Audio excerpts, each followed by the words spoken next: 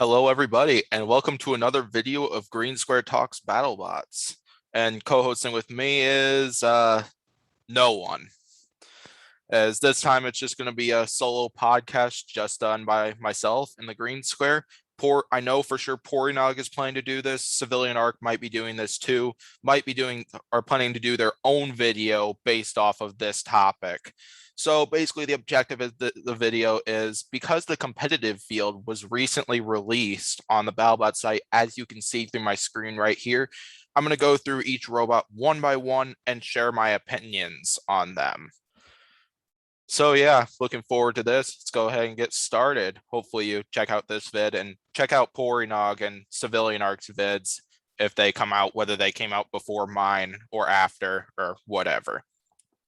All right, time to get started, where we are going to lead this off with Big Dill, one very hyped robot in the podcast. We know Civilian Arc and Pori were big fans of those two.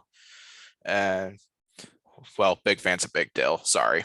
But yeah, looking at Big Dill here, overall, it looks for the most part the same as last season. Kind of makes me think that the design changes were mostly towards the internals of Big Dill, but otherwise, it's still a fun robot, and I cannot wait to see it. They got a fun story behind the team as well. I don't know exactly if I see it making the top 32 just because it's proven to be very vulnerable to spinners and stuff, but I'm definitely up for a big surprise. I definitely could see Big Dill doing very well, and yeah, I definitely could see them make the top 32. If I made a prediction on what their record is going to be, because I know Battlebots is sticking with the 3-fight system for this season, I'm probably going to say 1-2 for them, but like who says they won't go 2-1 and stuff? I'm definitely up for that. I could definitely see it happening. As Big Dill's definitely got the stuff to be able to do that. All right, next up we got Black Dragon after this ad closes. And Black Dragon being one of my favorites and the bot that I predicted to win it all, who made the Final Four last season. So yeah, one other thing I'll be boasting about a little bit is I joined a Discord server where we're doing a fantasy football style tournament where groups of 10 of us draft 6 robots each. And sure enough, Black Dragon did make my team. As that was my second round pick, and I was very surprised to have it. But yeah, looking at Black Dragon here, overall, the design looks very similar to last season. Looks like there are some minor changes to it. See a little bit of a different front attachment, which I'm guessing looks very similar to the configuration they used against Copperhead last season. But yeah, they got a different team this year. So I believe they have a new captain this season, but some of the team members I remember seeing from previous seasons, including Mono, who is without a doubt the best mascot in Battlebots. And I definitely see Black Dragon making another run towards the title. I'd probably predict if they in the regular season, I'm going to bet 2-1 with them once again, just like last season, but I could definitely see 3-0. And one big hot take one big prediction I'm making for this season is one of the 2 Brazilian teams, which I'm going to get to the other one, is going to take home the championship this season. That's going to be my prediction for who wins it all. Of course, I could be wrong, like how I have been both many other times, but otherwise, I cannot wait to see Black Dragon back in again, as I expect. I bet lots of those design changes will definitely help there. I'm hoping the spinner will do a bit more damage than what it did last season. We did see it do some stuff to like Claw Viper, Ribot, and few other of their opponents, but I'm hoping we'll be able to see more out of it this season than we did last season. But otherwise, I bet Black Dragon's going to make a major run towards the title this season, like what they did last season. All right, bot number 3, we got Blacksmith. And I gotta say, out of all the robots that appeared in like the 2018 or 2019 season, took one or more seasons off and returned, Blacksmith is one of the robots I am the most hyped for. Because one big change you notice, they have a different primary weapon this season. Now, as in past seasons, we've seen Blacksmith come out with a flaming hammer. This time, they have a flaming overhead spinner. Yeah, hammer saw is probably what I'd say, but in this picture, it looks like simply an overhead spinner, and I'm super hyped for that. Like, not only is Blacksmith like a cool hammer bot that shoots out flames, but now they got a spinner on there that could potentially do some serious damage to an opponent. Now, as my one big concern for Blacksmith is that that spinner probably weighs more than their hammer did. So how durable are they going to be this season compared to previous seasons? But no matter though, like this new version of Blacksmith looks fierce to it, and I cannot wait to see how well Al Kindle does this season. I'm probably going to predict 2-1 once again, like Black Dragon for the regular season. And if I took a prediction as for how far I think they would go, I could definitely see Blacksmith in the top 16 once again, but you never know, as the competitive field is fierce for this season. There are tons of great robots in there, so who knows what could happen. But I definitely would predict that Blacksmith is going to get some pretty big opponents this season. Of course, though, I might as well just go to this.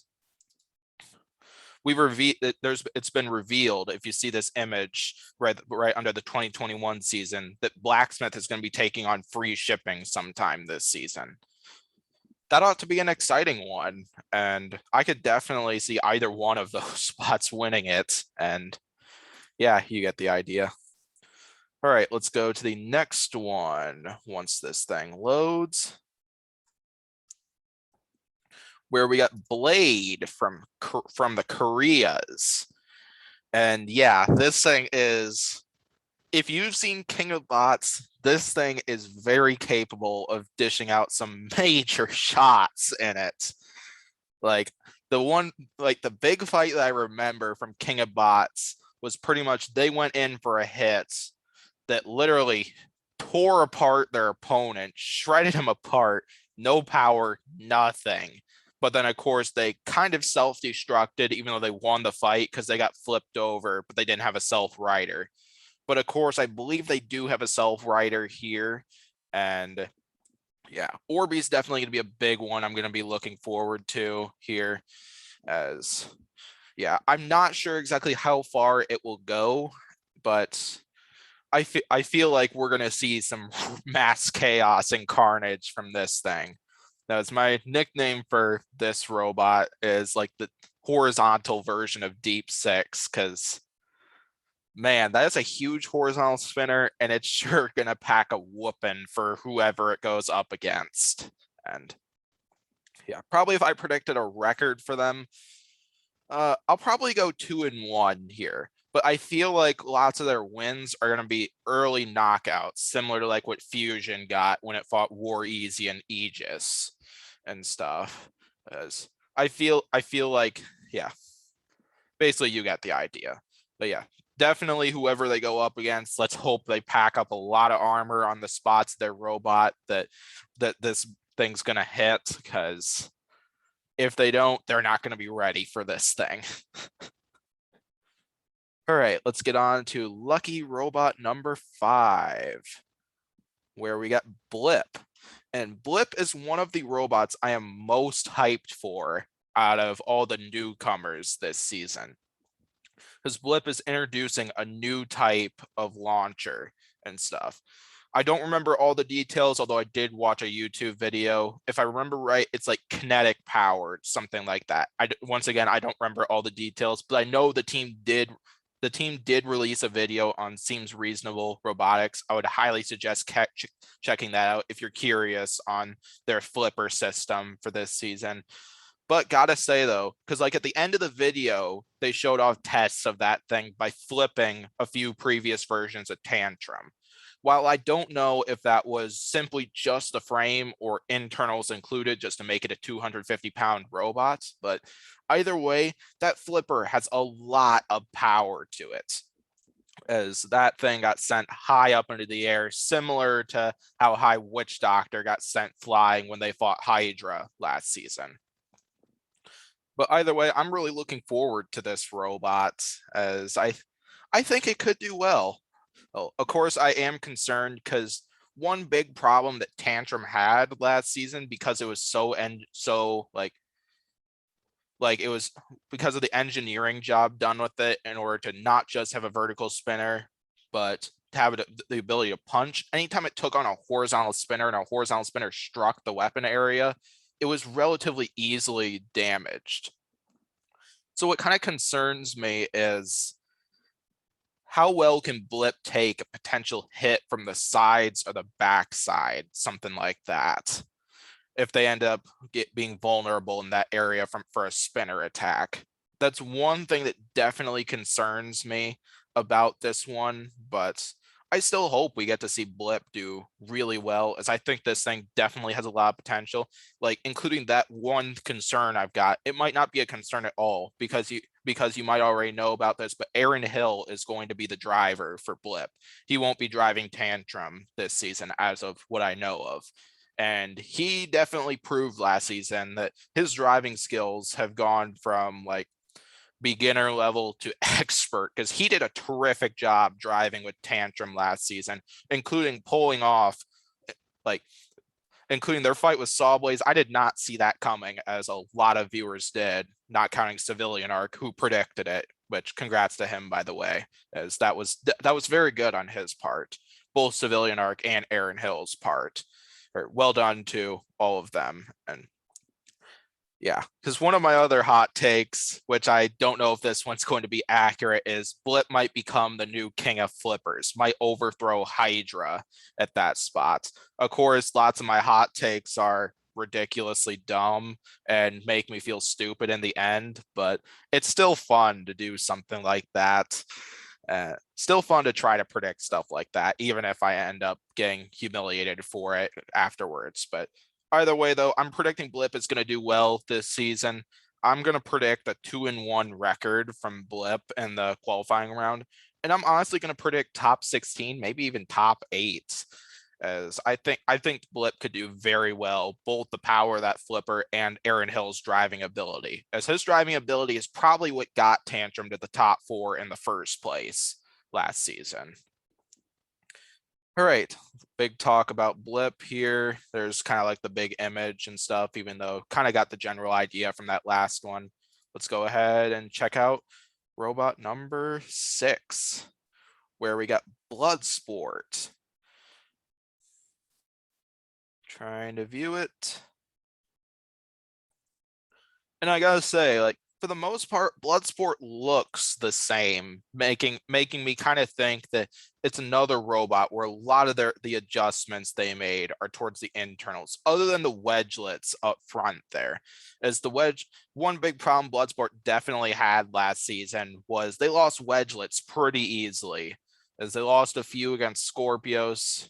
Same thing with Endgame, Gruff too, Tantrum as well. Like, yeah, it looks like they're more secured on, so that way they don't lose those quite as easily. As yeah, that would be very helpful if Bloodsport runs into a similar situation than what they had when they fought Gruff and even Lockjaw too, where they lost bits and pieces of their spinner that resulted in their weapon being completely off balance. Yeah, one other thing I'm hoping for out of Bloodsport, which was definitely a big problem last season, was their weapon overheated very easily, as we saw them constantly turning on and off their spinner. And I'm hoping some of the internal adjustments they made, assuming that some of the adjustments they did happen to make for this version of Bloodsport, I'm hoping that helps, because Bloodsport definitely proved, like, especially in the Scorpios fight, that weapon is very capable of damaging their opponent, as they were the one robot to knock out Scorpios last season, and one of very few to knock out Scorpios in the past few seasons. As yeah, managing to do that by completely like damaging the frame on the front of Scorpios. So Bloodsport's definitely capable of doing damage. I definitely see Bloodsport as a very fierce opponent once again. I'm probably going to predict a 2-1 record for Bloodsport in the regular season, but And I'm probably going to predict a run similar to what they had last season, the top 16, but I could definitely see them going even further, even to winning the whole thing, because Bloodsport's definitely a nasty robot, and yeah, definitely another one to watch. All right. Who will be lucky robot number 7, where we got Captain Shrederator. And yeah, one thing Pori, Civilian, and I have kind of gotten a little competitive on is who we think is going to be the dark horse for this upcoming season. Who's going to dethrone Civilian for getting it right most times? Because all 3 seasons that Discovery had control of Battlebots, Civilian did pick it right. He picked Whiplash in the 2018 season, Death Roll in 2019, and Tantrum in 2020, which he was right on all 3. So shout out to him for that. Captain Shrederator is one of my picks for that in the preseason. Like, we've agreed we're going to do some preseason picks mid-season, and once we get to the top 32, pick one from there. As for before the season starts, Captain Shrederator is definitely one of those picks of mine, as Captain Shrederator is definitely proven after last season, even though they didn't exactly do terrific. Like, even though their only wins were to Sharko and Axe Backwards, Captain Shrederator is definitely on the right track towards getting that spinner like completely, like, fully functional, reliable, and stuff like that. As yeah, Captain Shrederator might have gotten only those 2 wins, but they put up a heck of a fight against all 3 of Lockjaw, Shatter, and Rotator, including one of my favorite bounty fights was Captain Shrederator and Rotator, which was amazing. An amazing clash between those 2 spinners. Yeah, and supposedly they have some new configurations for this season to deal with specific types of robots. That's what they've been revealing on their Facebook page. And yeah, I hope we get to see a lot of those in action. And I bet Captain Shrederator can make it far this season, as they had a great season last season compared to the previous 2, and I bet this robot will get even better. Yes, I'm gonna predict 2-1 once again, but I'm gonna bet top 32 or top 16 for this robot, even though they are a dark horse candidate. No, forget what I just said there. I'm gonna say top 8 actually, because I think this robot's definitely capable of doing well and getting very far in the competition this season. All right, let's go ahead and get to the next one. I don't know why it's always signaling me towards the bottom of the page, but whatever. I'll take whatever I can get. All right, next up, we got Claw Viper. Like, definitely has a different paint job, slightly different look there. I like that arm, by the way, right on the top there that they're going to use to grab a hold of their opponent. And yeah, Claw Viper definitely looks, but that Claw Viper looks interesting for this season. As yeah, this is one where I'm not sure exactly what to predict with it. Like yeah, they came out with a 1-2 record last season with a win against Hijinks, and bounties didn't exactly go too great for them, but I'm not going to underestimate Claw Viper. That thing looks awesome, and I'm hoping it's going to be a little more reliable than what it was last season, because, like, for example, we didn't get to see a single grapple from that robot last season, as I don't think the snake-like arm that they had last season, that's what it looks like this season. And like, I don't think it was reliable that much, along with the fact that they lost drive against both Black Dragon and Gigabyte partway into the fight. Kind of proved their armor wasn't exactly very good, but it looks for the most part relatively sturdy for this season. I'm probably still going to predict a 1-2 record out of this thing, but I wouldn't be surprised if it's better than that, because Claw Viper does look fierce, and I don't know exactly what to expect completely from this robot. And yeah, I'll probably leave it at that. Let's go ahead and get to another one. Next up, we got Cobalt. One robot I'm really looking forward to as well. Similar place with Blacksmith, but for different reasons. Like, for one reason there, you might notice from the team picture there, where's Dave Molds and Sam Smith? So what ended up going on, if you didn't see the video about this, is Dave and Sam decided that they wanted to retire from Battlebots temporarily in order to start families up and stuff like that. And yeah, so what they ended up doing is they sold it to Robotic Death Company, and who will be running it for this season. And of course, how it will work is Brett Riker right up there, who is one of the founders of Gigabyte, will be running the robot, along with Matt Maxim, driver of Stinger and stuff. One bot that I know the podcast group has been hoping would come back, but unfortunately not with Stinger. But we're still happy to see Matt Maxim back, and he'll be behind the wheel driving Cobalt, which I'm very happy about and stuff. Like, don't get me wrong, like, it's not that I'm not disappointed at all that Stinger is not here and that Matt Maxim is driving that thing too, because I think he could do very well with that. Yeah, so one other concern about Cobalt is one big problem that Cobalt definitely had last season was like reach with the vertical spinner, as they kind of relied on the wedge up front, scooping up their opponents right into the vertical spinner, like what they did with Sub-Zero and Duck last season. But it didn't exactly work out so well when they lost the wedge, like against Endgame and Minotaur too, which is definitely something to watch for this, because I'm not sure how much their reach improved here. So this might be a case where they might need to rely on Matt Maxim's driving ability, which he's definitely proven he's very good at, because he's outdriven several major opponents when he was in there with Stinger in the first 2 seasons. But I'm still looking forward to it. Cobalt was the one robot out of my fantasy draft top 5 that I didn't get, which is unfortunate, but whatever, nothing I can do about it. And I'm not going to complain because I got a very solid roster. So yeah, probably I'm going to predict another 2-1 record from here, as I think Cobalt definitely has the capability to do well, and I bet Cobalt's going to go far. I'm going to predict top 8 for Cobalt as well, even though I'm probably going to list out twice as many robots that I'm predicting are going to make the top 8 than what there actually can be in the top 8, but whatever. None of y'all are going to stop me from that. All right, next up, where we got Copperhead. I'm going to try it this way instead, once this thing loads.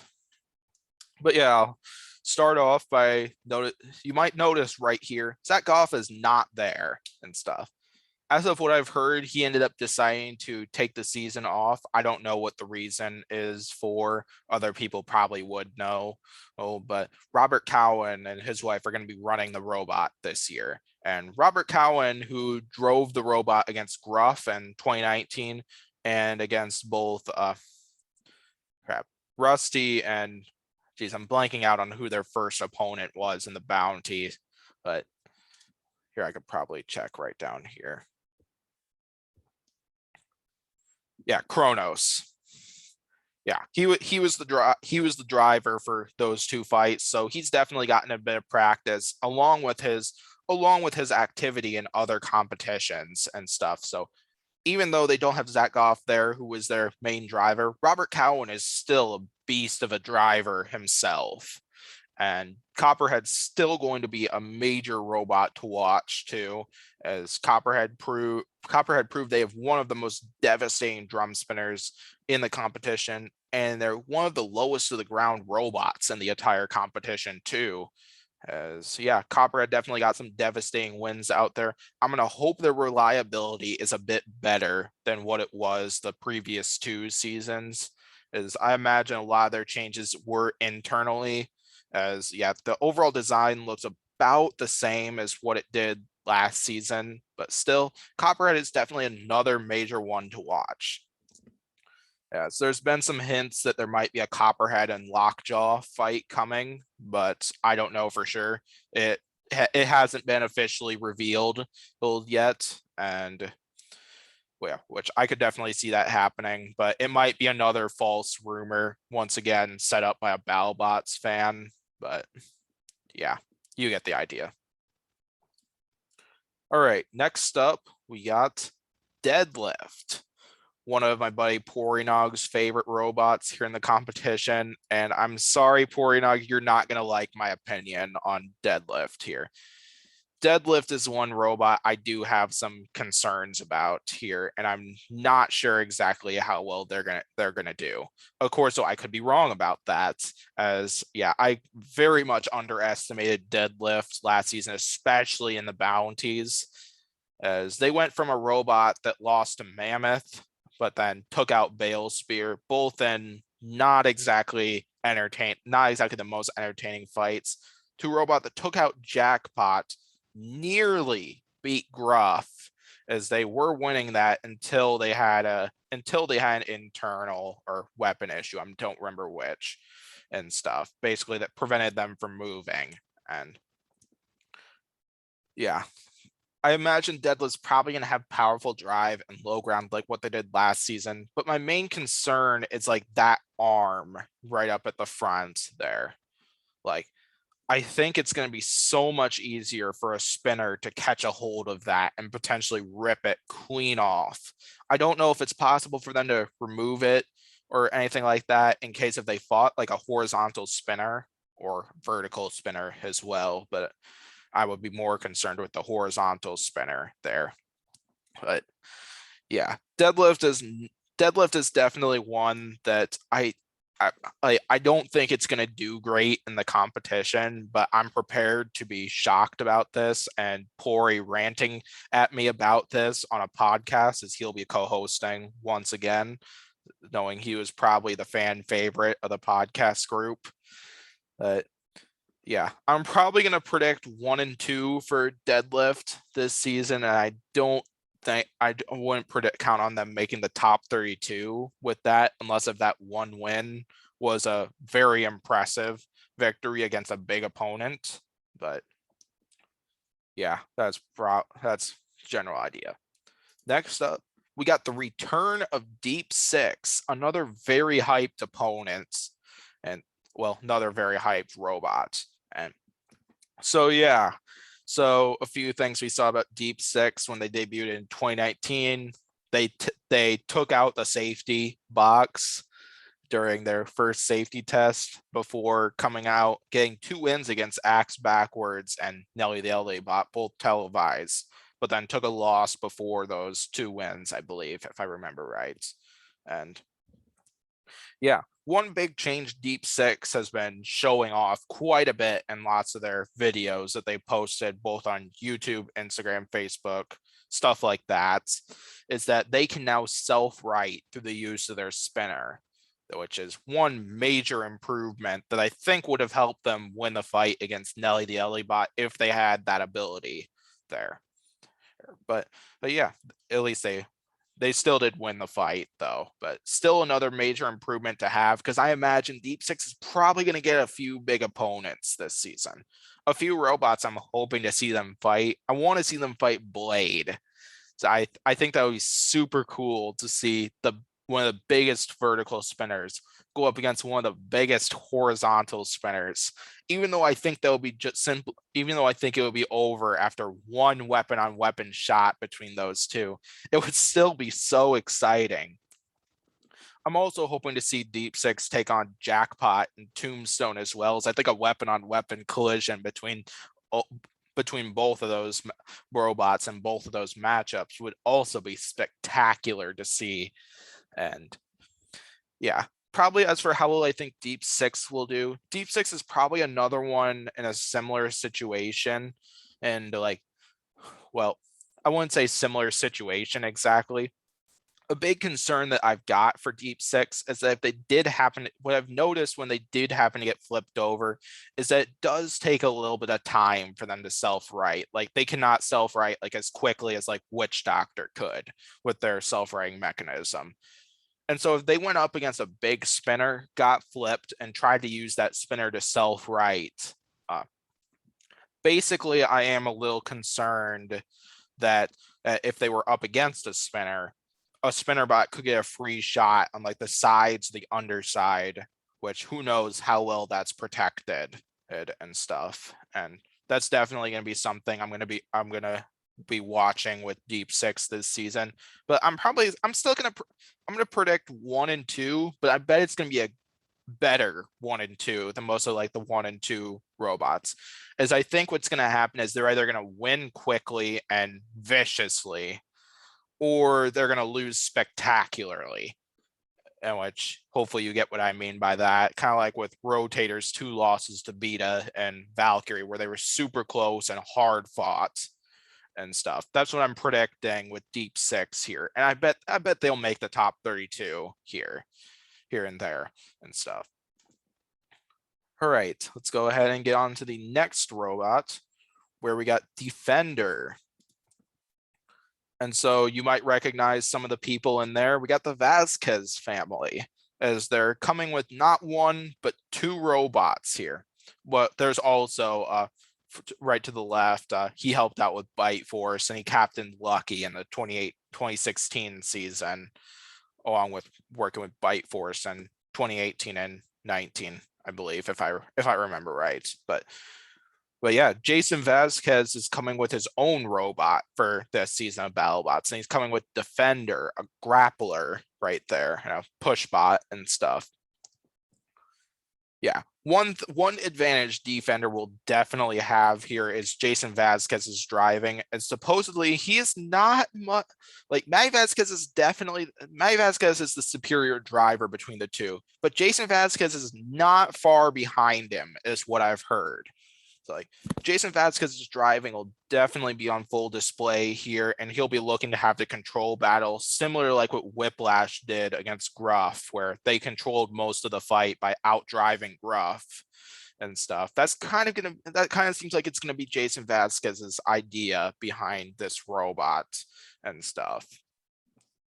Yeah, so as for record and stuff, I'm very concerned as for how well it could do going up against a spinner, but I'm hoping this robot will be super durable and stuff. And because I think that could definitely help defenders succeed if it can take a bunch of big hits from spinners and still function and stuff. But yeah, I'm probably going to predict 1. No, I was originally going to say 1 and 2. I'm going to say 2 and 1 with Defender here. I feel like one win. I feel like they're going to get one very convincing win. I feel like they're going to get one kind of in the middle win as well. And then I think they might get taken out by a major opponent and stuff. But Defender is definitely one to watch here. It's like I said, and like some robots have not been successful, like just because like their weapon is powerful, but because of their driver's driving ability. And this could definitely be one of those cases, because Jason Vasquez is another very terrific driver, and that definitely makes Defender one to watch. All right, let's check out another one where we got Double Jeopardy.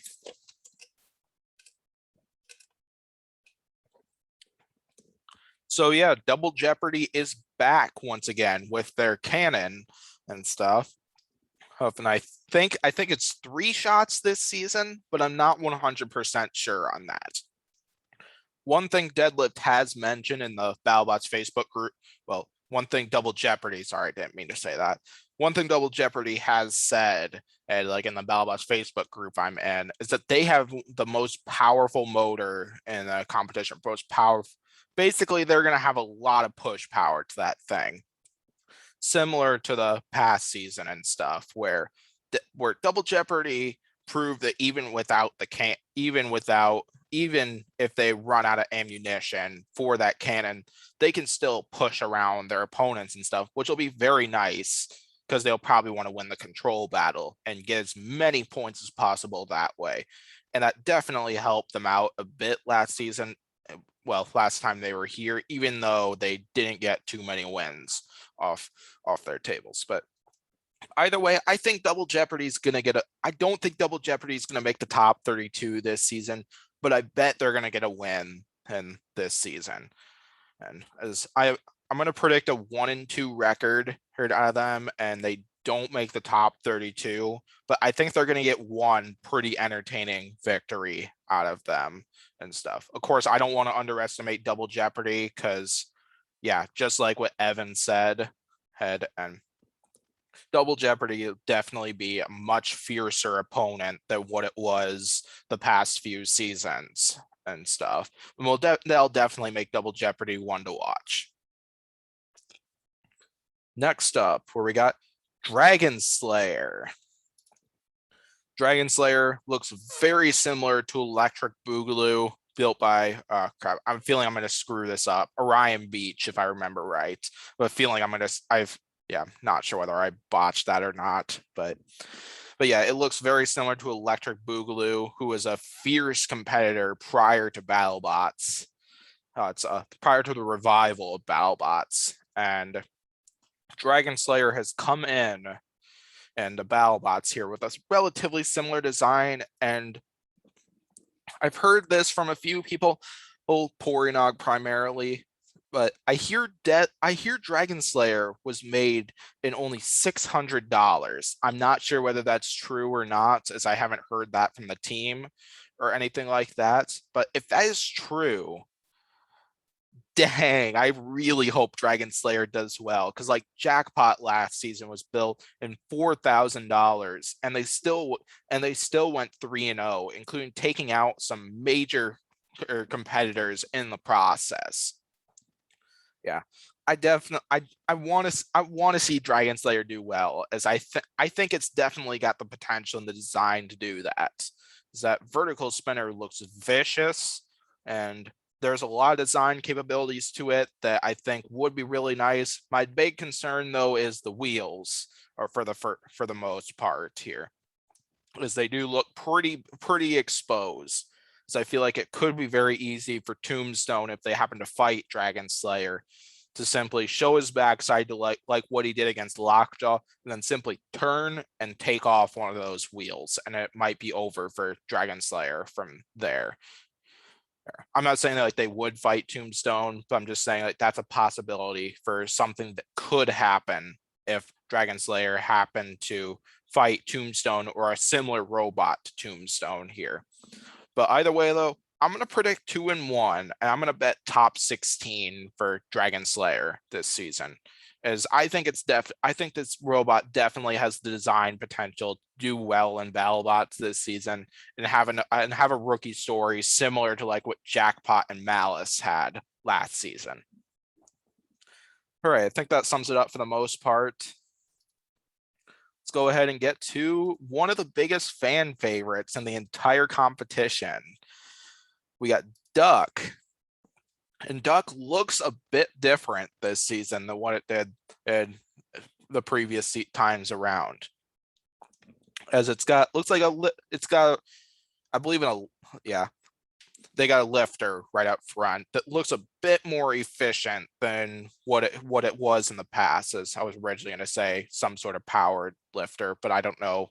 I don't want to say anything misleading. I want to avoid that as much as possible. But either way, one big characteristic about Duck that I'm betting we're going to be seeing this season is their extreme durability. As we saw, they were very difficult to take out. Like Endgame did succeed at taking out Duck in an untelevised battle in 2019, but still, like they took some severe hits from Cobalt, Lockjaw, and Yeti, and still went the full 3 minutes with all three. Well, went the full 3 minutes with Lockjaw and Yeti, and managed to win against Cobalt, even though the floor was kind of what beat Cobalt. But I'm hoping the durability is still there, and I'm hoping we're going to get to see a bunch of entertaining fights out of Duck that doesn't just involve them taking hit after hit and getting sent flying by their opponents. But yeah, as for Duck, like Duck is another one where I really want to see them do well this season, but I'm probably going to predict 1 and 2, because one big enemy Duck had in the 2019 season that I imagine is going to be the case again this season are the judges. Because the judging criteria really favors spinners over lifters. And that was part of the problem that Duck had when they fought Lockjaw and Yeti that season, where they lost both of those judges' decisions. And I feel like that could be the case once again this season. Like, I don't know exactly if I'd say that any of those fights will be exactly controversial, but that but the judging criteria definitely doesn't exactly favor Duck, and I think that could be another problem again this season. I'm going to predict a 1-2 record from Duck this season, but I bet Battlebots is going to throw them into the top 32 with that, because I bet they're going to get a decent win, and then they're going to lose spectacularly for their last two fights. Well, I don't know exactly if it'll be that order, but lose spectacularly twice.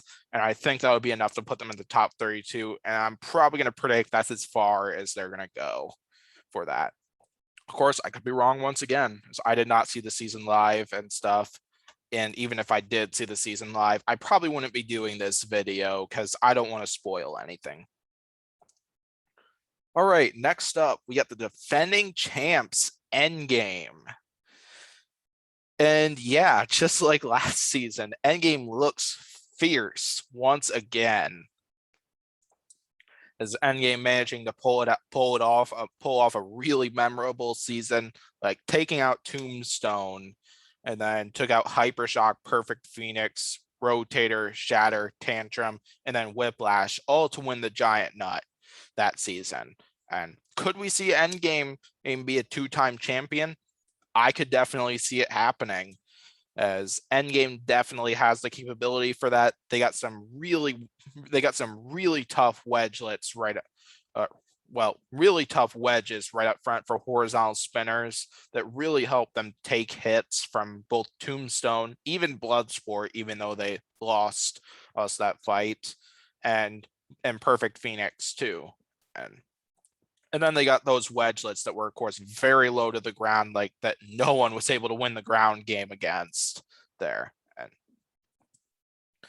And yeah, Endgame, I doubt Battlebots is going to go easy on Endgame for their qualifying round. I'm betting Endgame's going to get 3 very tough opponents. As I remember, I'm predicting they're going to take on Hydra. As one thing we haven't seen Endgame fight this season is a massive it's one of the big flippers. I don't know how many flippers they've actually fought, because I know most of their opponents have been vertical spinners or horizontal spinners, and Shatter as well, who's a hammer. We haven't seen Endgame take on a big flipper yet, whether that's Bronco, Hydra, even Lucky or Sub-Zero. I'm betting this is the season Endgame's going to take on one of those opponents, and I think one of those opponents would be a huge test for Endgame, and I could definitely see Battlebots pairing them up. A few other opponents, I bet we could see Endgame fight. Gigabyte is another one I want to see Endgame take on, as I think Gigabyte would be a huge opponent for Endgame and stuff, and definitely one I could definitely see them getting paired up with. And yeah, there are definitely several others too that I could see Endgame getting paired up with. Let's see, there's Uppercut as well. Oh, even a rematch with like Lockjaw, for example, which is kind of the fight that really hyped up Endgame for me when they debuted in the 2018 season. But yeah, I'm looking forward to seeing the defending champ. I'm probably going to predict 3-0, and I'm betting they're going to go very far once again. I'm going to say Final Four this time I'm around and stuff, as I think Endgame's going to go very far, and I could definitely see Endgame being a 2-time Battlebots champion. All right, next up, where we got the return of Freeshipping. So yeah, for the most part, Freeshipping does look the same and stuff, other than a different paint job. And those wedgelets up front look like they have a bit more reach to them potentially, including we've already seen that Battlebots confirmed that Freeshipping is going to fight Blacksmith, and we can see there's a lot of flames in there. It looks super cool. And yeah, I definitely like free shipping, even though it doesn't win a lot of fights. Free shipping is another one of the robots where it's best at either winning well or losing spectacularly. And I predict that's probably what's going to happen again this season. As yeah, I'm predicting free shipping is going to go far once. Well, I don't know about far exactly. I'm probably going to predict a 1-2 record, because free shipping is another robot where they're probably going to rely on their driving ability in order to win fights and stuff like that.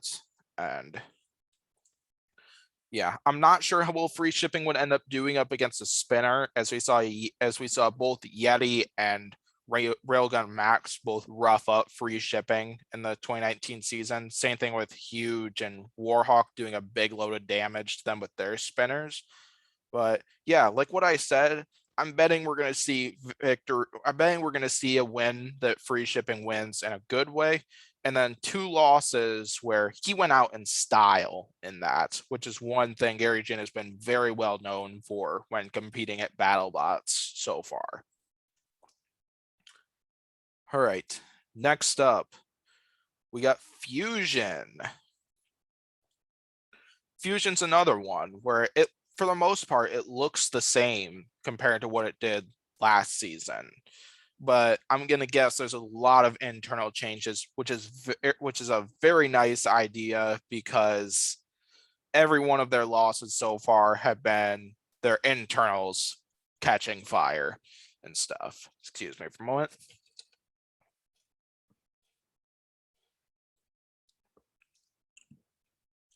Yeah, so better internals are definitely a big answer for Fusion, hoping that they'll catch fire a lot less while still being able to dish out several big hits with like that vertical spinner and horizontal spinner. Because as we saw last season when they fought Aegis, War Easy, and Rampage in the both the main competition and bounties, those spinners are both very capable of doing a ton of damage, as we saw them just absolutely annihilate Aegis. In same thing with Rampage and blanking out, War Easy and stuff, where they dished out some heavy damage and won those 2 fights by quick knockouts. I'm hoping we'll be able to see something like that again. But I'm predicting Fusion is probably going to get some big opponents, and similar to how they got Mad Catter to lead off the season, and then they eventually got Tantrum and Lockjaw later in the season. And I'm betting we're going to see them fight a bunch of big opponents, and it's high and mid tiers, even a low tier here and there once again. And I'm probably going to predict I'm going to predict a 2-1 record from Fusion, and I bet they're going to make the top 30. I'm going to say top 32 for Fusion once again this season, like last season. But I wouldn't be surprised if they do better or worse and stuff. I'm looking forward to seeing Fusion again. I was super hyped to see that design last season, even if it didn't do that well, but still looking forward to it either way. This one's still going to be fun. All right, next up, we got Ghost Raptor. Yeah, so the return of Ghost Raptor once again after last season didn't exactly favor them, as they got for the probably disappointing win over Chomp. Same thing with Deadlift after they were being bodied by Deadlift for a bunch of the fight until Deadlift ended up giving out. But yeah, I'm still looking forward to seeing Ghost Raptor back once again, as a few of the design changes I'm noticing. The horizontal bar looks different than what it did last season. And looking at the teeth there, that thing looks like it could dish out some pain with that horizontal spinner and stuff. And those forks right in the front, they look longer than what they did last season, meaning more reach and higher potential for more lifts, similar to like what we saw when they fought Shatter last season. Because after they lost a horizontal spinner, they were still able to get some good lifts and flips on Shatter before their internals burned out and stuff. So Ghost Raptor, like, unfortunately though, while it is such a cool robot and stuff, I don't know if I see it exactly doing too well. I'm good. Like, this is probably the first robot of probably not many where I'm going to predict 0 and 3 here, but I really want to see Ghost Raptor get a win and stuff.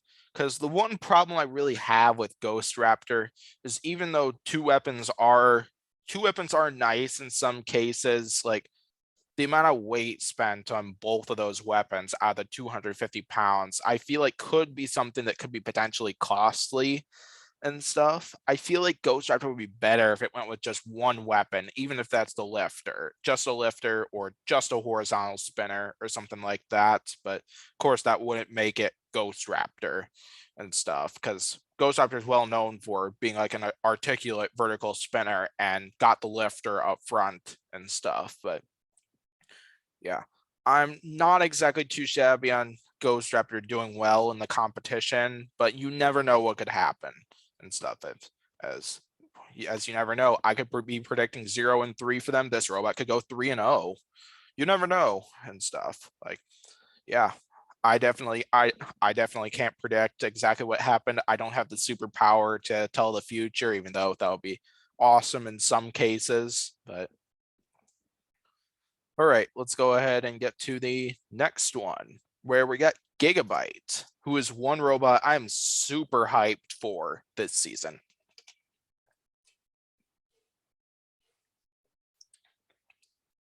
Yeah, so Gigabyte running two robots this season, one of them being Gigabyte, the other being Cobalt, who I discussed earlier. Gigabyte definitely proved that there's a lot of hype in that robot after last season, as they started off with a disappointing loss to Copperhead, but then completely bounced back with some very entertaining victories over Extinguisher, Claw Viper, and Malice before bowing out to Hydra after they put up such a huge fight on Hydra. Then they ended up going to the bounties where they won the Son of Waiachi bounty and stuff, and in some very entertaining style too, because one of the other most entertaining battles that Gigabyte had last season was that win against Copperhead, had the rematch with Copperhead and the bounties, where that was such an entertaining fight between the two. Yeah, I'm actually going to be predicting 3 and 0 for Gigabyte in the qualifying round.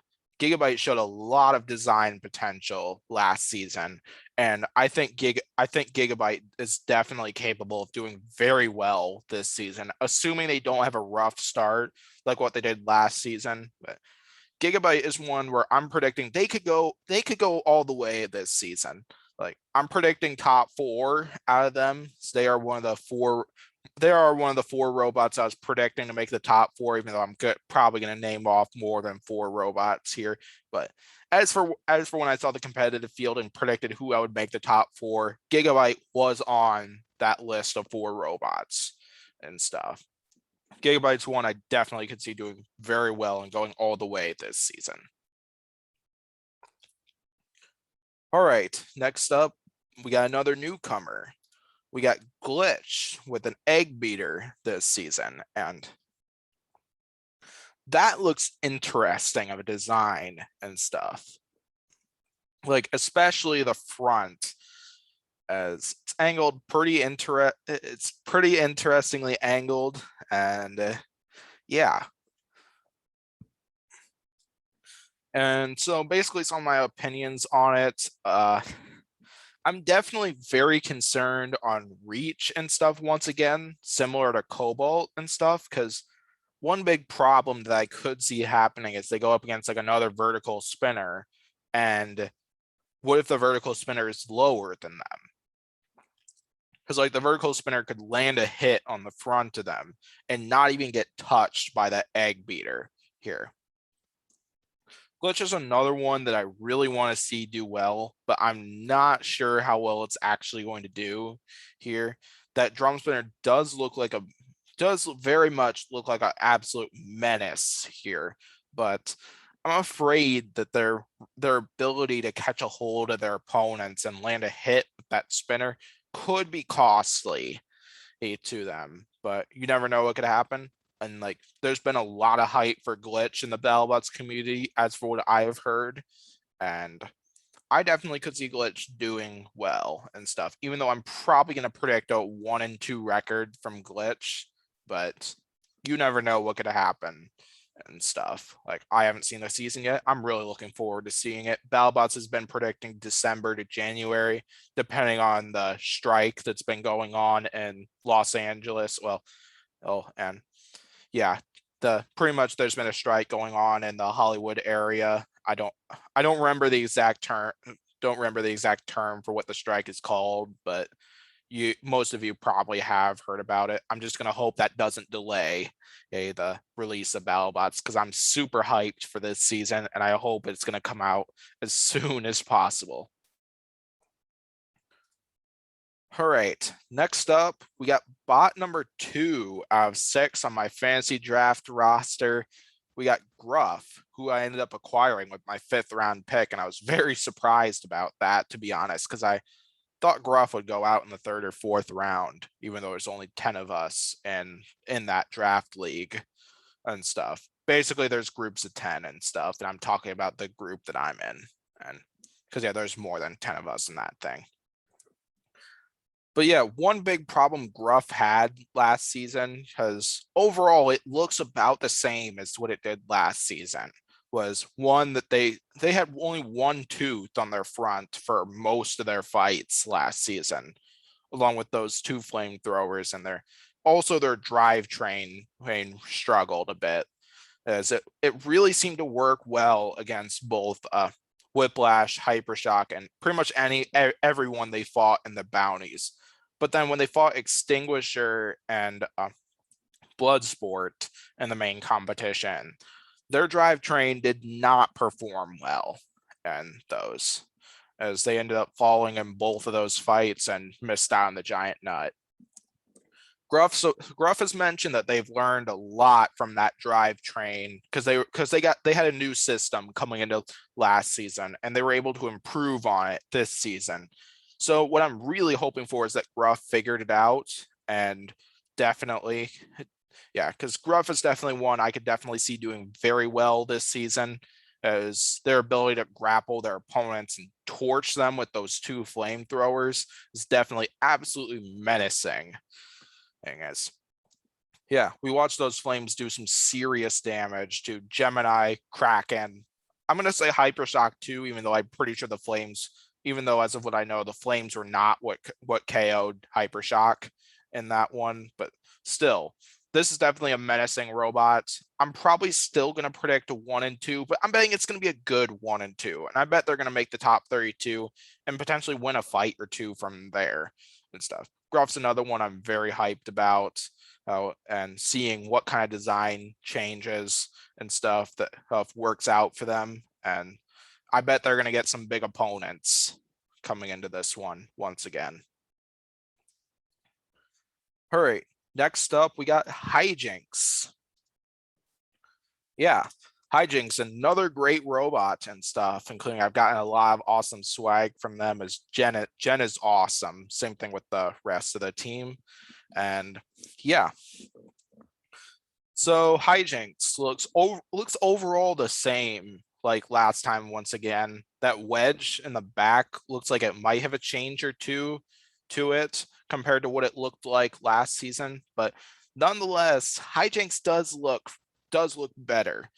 Like, I imagine there are probably some internal changes once again, because one big problem that Hijinks definitely had last season was both their spin up speed was a little slow for a few of their bar spinners, and as well they lost drive a few times, as they suffered an early defeat to Claw Viper because of it. They got a controversial victory against Slammo, where Craig Danby thought they should have been counted out. Yeah, Porinog and Civilian Arc on the podcast that both agreed with Craig Danby on that. And then they also did lose drive in the fight with Bloodsport too, on one side for a big chunk of the fight. And I hope Hijinks made a bunch of internal improvements in order to prevent some of that stuff from happening for this season, and which I really hope we get, because Hijinks definitely is another robot where I think it's got potential, as we've seen that horizontal spinner do some big damage there. Is it roughed up the front of Slammo? Oh, it took out the leg system of Chomp, at least part of it, which got them the KO and more. Yeah, Hijinks is probably one where I'm probably gonna predict. I'm gonna predict 1 and 2, but I'm gonna predict another good 1 and 2 record because Hijinks is very well known for either winning pretty well or going out in style for the most part. And I think Hijinks could definitely do that again. Of course, yeah.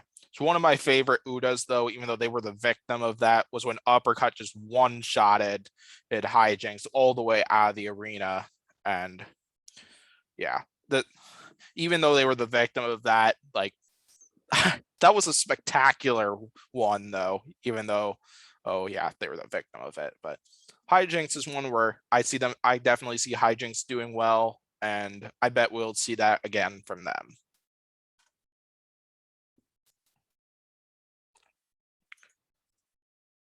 All right, next up, we got Huge, which I hear Huge got even huger.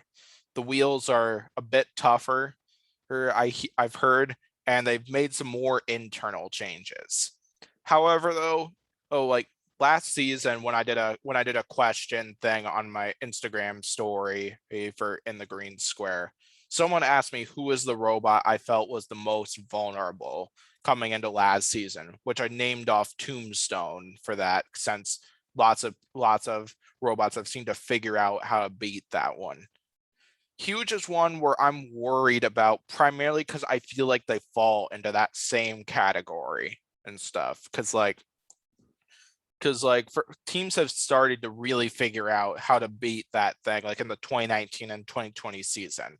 Because like it's been proven by Son of Waiachi and Ice Wave that horizontal spinners are a huge counter to this robot.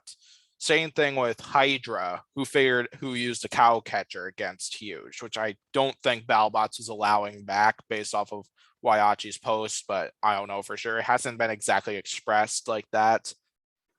And then there was also Whiplash and Malice, who both chewed up the back legs of Huge and resulted in some major control issues by that robot. And that's definitely some major concerns I've got for Huge this season, but I still see Huge doing well. I'm probably going to predict a 1 and 2 record once again from Huge, unfortunately. Yeah, because I really want to see Huge do well, but I feel like the design is getting a bit more vulnerable this season than what it has in past seasons, just because other opponents have been figuring it out. But I still see Huge making the top 32. I bet they're gonna win. I bet they're gonna win one fight great and get taken out twice, like take 2 good losses, which is what I'm saying. And I bet they're going to make the top 32. I bet they'll win a fight or 2 from there, make the top 16 or the top 8 or something like that. And I bet we're going to see a ton of big hits from Huge and some more great entertainment from that robot, because this is one huge competitor, pun intended. All right, next up, we got the robot who stirred up quite a bit of controversy last season, the villainous Jake Ewert and his robot Hydra. Hydra did very well last season, and even though both of my podcast co-hosts and several other people I know have disagreed, I thought Hydra was worthy of the 1 seed last season, and I think Hydra does have the potential to do that again. Because after last season, Hydra was like one of the lowest to the ground flippers. Came out with a great attachment for that Huge fight, even though that fight was controversial and stuff. As I did disagree with the decision, but I don't think I need to talk much more about that, because that's not what the purpose of this video is. But either way, I see Hydra making another major run for the title once again. As that flipper, I imagine Jake Ewert increased the power once again of that flipper, and I bet they have some solid armor configurations. However, I'm going to predict a 2-1 record from Hydra this season, as I'm pretty sure Battlebots is going to go hardcore on Hydra once again with opponents, including I've already said before that I'm predicting that Hydra is going to take on I've already said before that I'm predicting Hydra's going to take on Endgame. I'm also going to predict they're going to take on Tombstone as well. So a few of the podcast people and I have been discussing matchups we think we could potentially see. That was one matchup we were considering and stuff. I could also see Hydra taking on some other big opponents like Blip, for example. Valkyrie too. Let's see. Who else? Kraken even, because I imagine they're going to stack up Kraken with some big opponents once again. And yeah, I think that kind of gets the general idea of Hydra and stuff. And if you're going to ask me what my prediction is on the massive vertical spinner that Waiachi was posting about, I have no idea whether that's true or not, but I'm going to predict they're joking with us once again. They're messing with us another time. Yeah, so they'll probably about do it for Hydra. Let's go ahead and get on to the next one where we got Hypershock. Yeah, so Hypershock back once again after a rough season in 2020, but I'm going to predict Hypershock does well this season. Hypershock was another robot I was hoping to take in the fantasy draft, but someone beat me to it, unfortunately, but I'm not going to do anything about it and stuff because, yeah.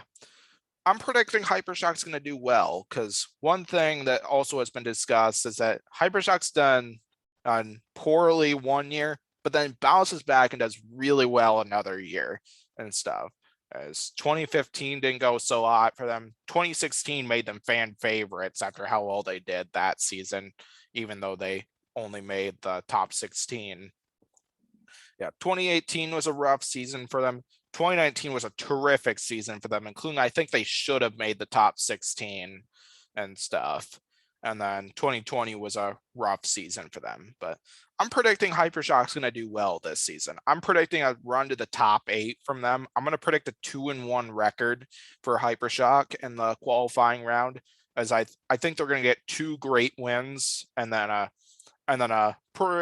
meh loss, like maybe a loss similar to a few of the L's they took, like the one against Gruff and stuff. But yeah, I think Hypershock will make the top 32, go all the way to like the top 8 is my prediction, and get a pretty good seed out of it because I think Hypershock definitely has the capability to do well and stuff. Will Bales is a terrific driver, even though he did kind of have a few fights where it didn't exactly look that way.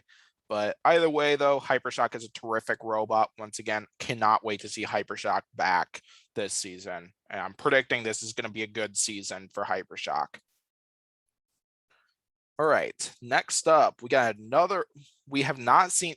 I'm not going to count the bounty fight, but we haven't seen Ice Wave in the main competition since 2018. And yeah, definitely looking forward to seeing Ice Wave back here once again. Because even though they did technically have a fight against Scorpios last season, but yeah, I've heard Ice Wave has a new engine system coming for this season, which I think could be very nice because I think that could speed up their spin up process and potentially make them a bit more of a reliable robot, even though they kind of are a reliable, or kind of like because they are for the most part a reliable robot. And yeah, I can't wait to see Ice Wave in action once again, as I think this robot will do pretty well once again. Yeah.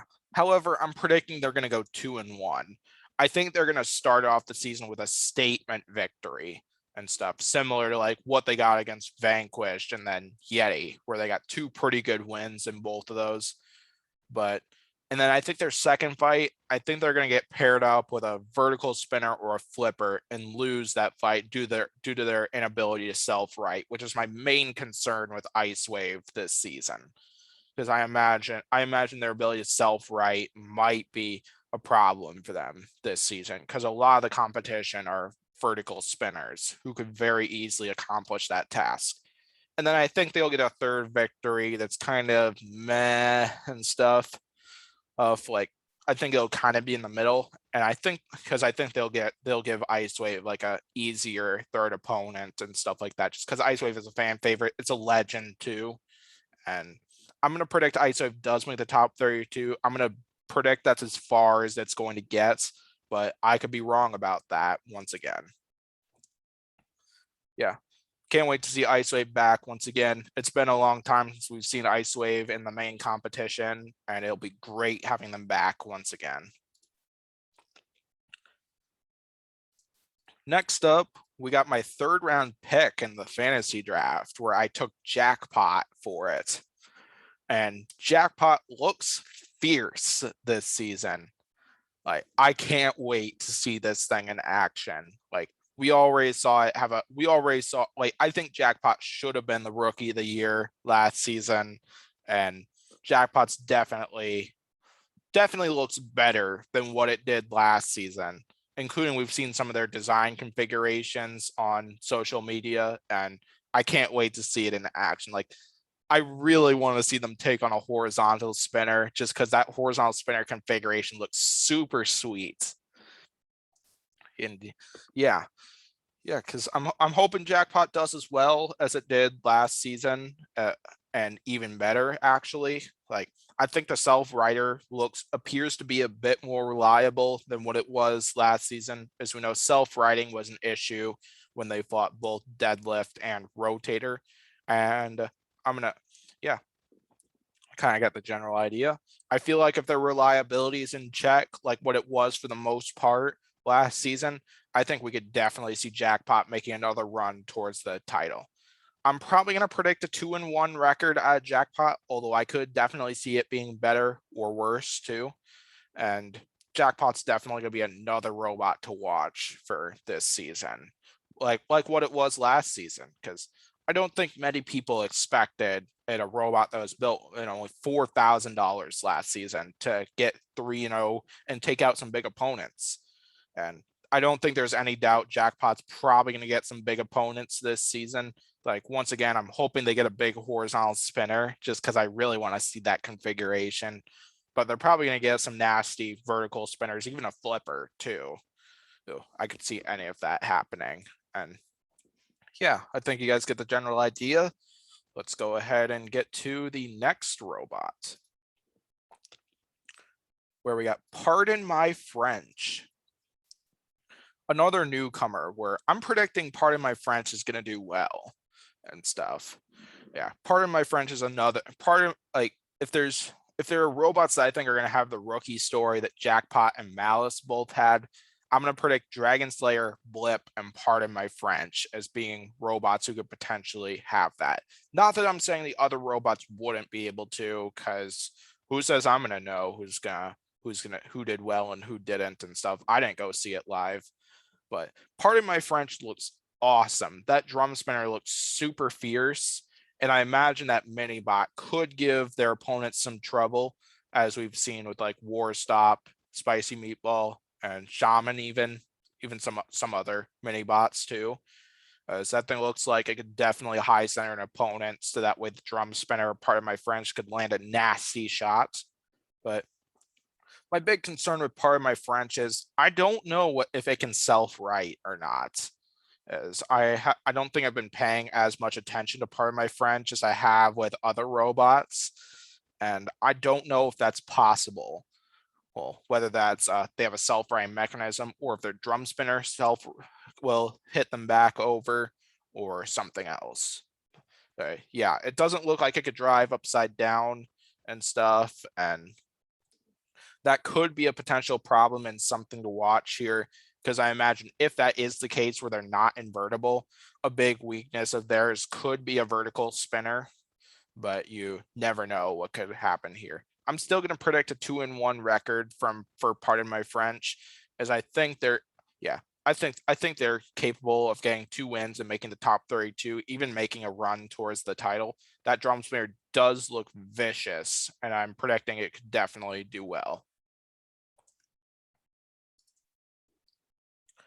All right, next up, we got the one clusterbot team from Germany. We have Jagger, which consists of 2 spinner bots and stuff, an overhead spinner and a horizontal and an undercutter.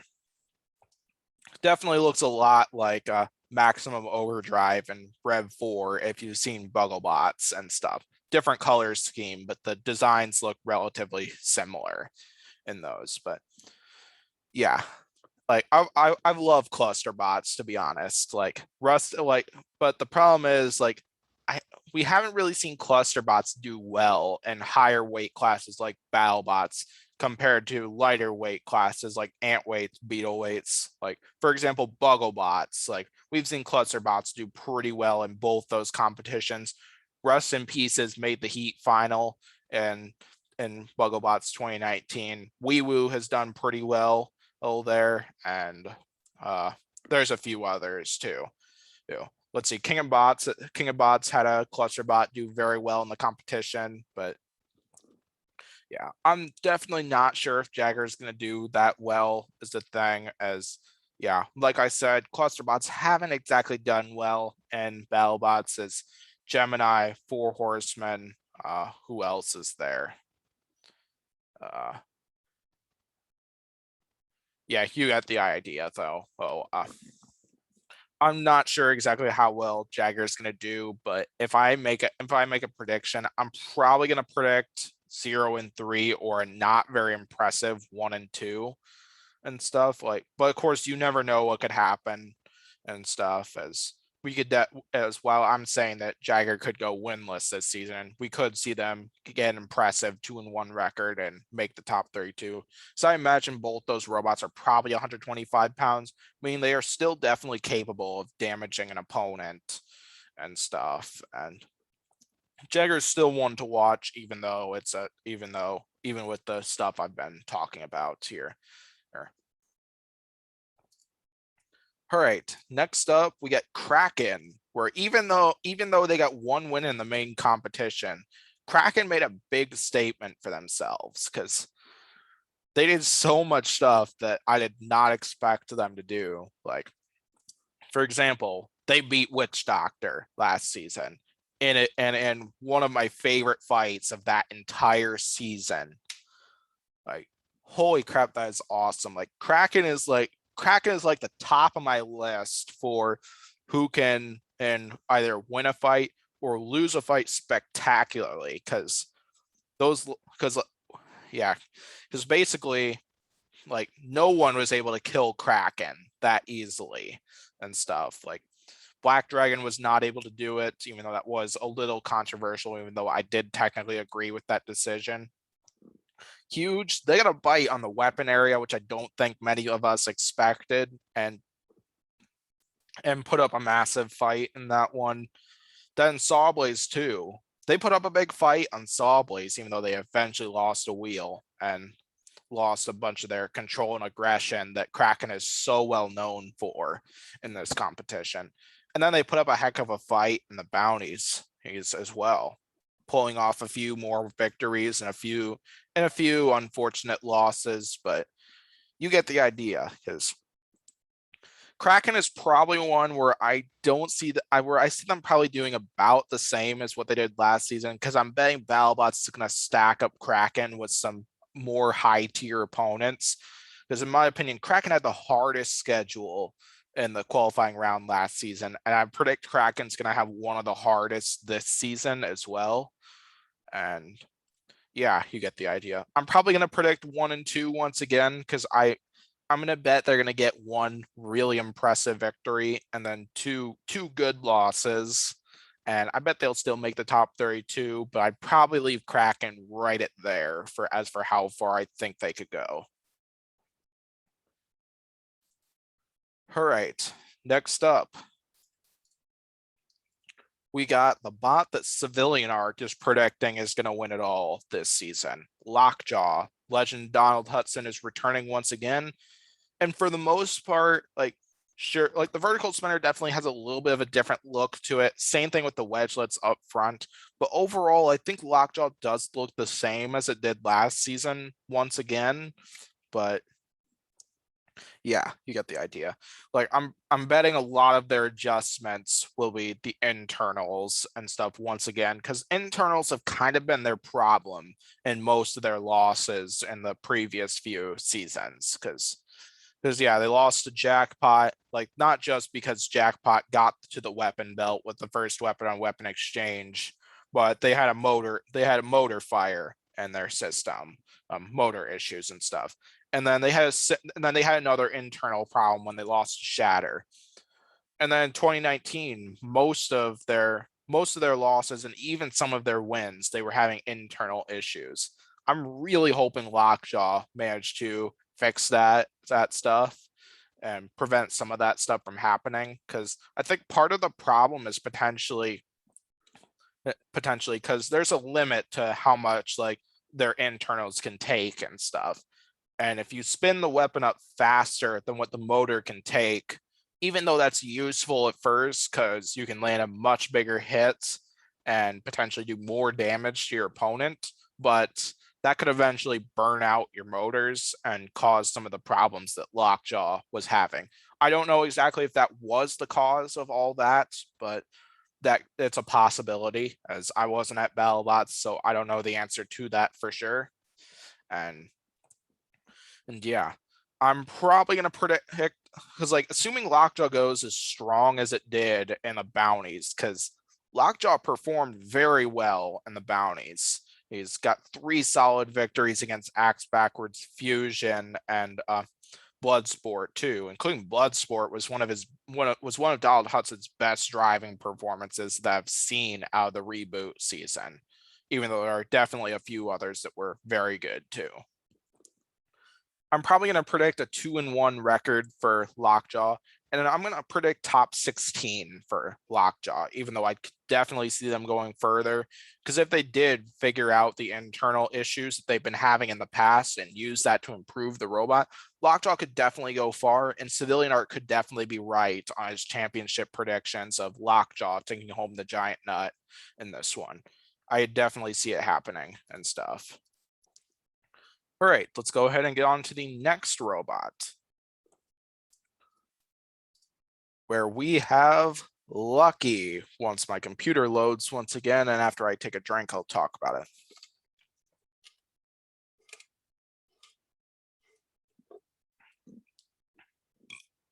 All right, so yeah, Lucky ended up taking the last season off primarily because of COVID and stuff, but Lucky is back, fortunately.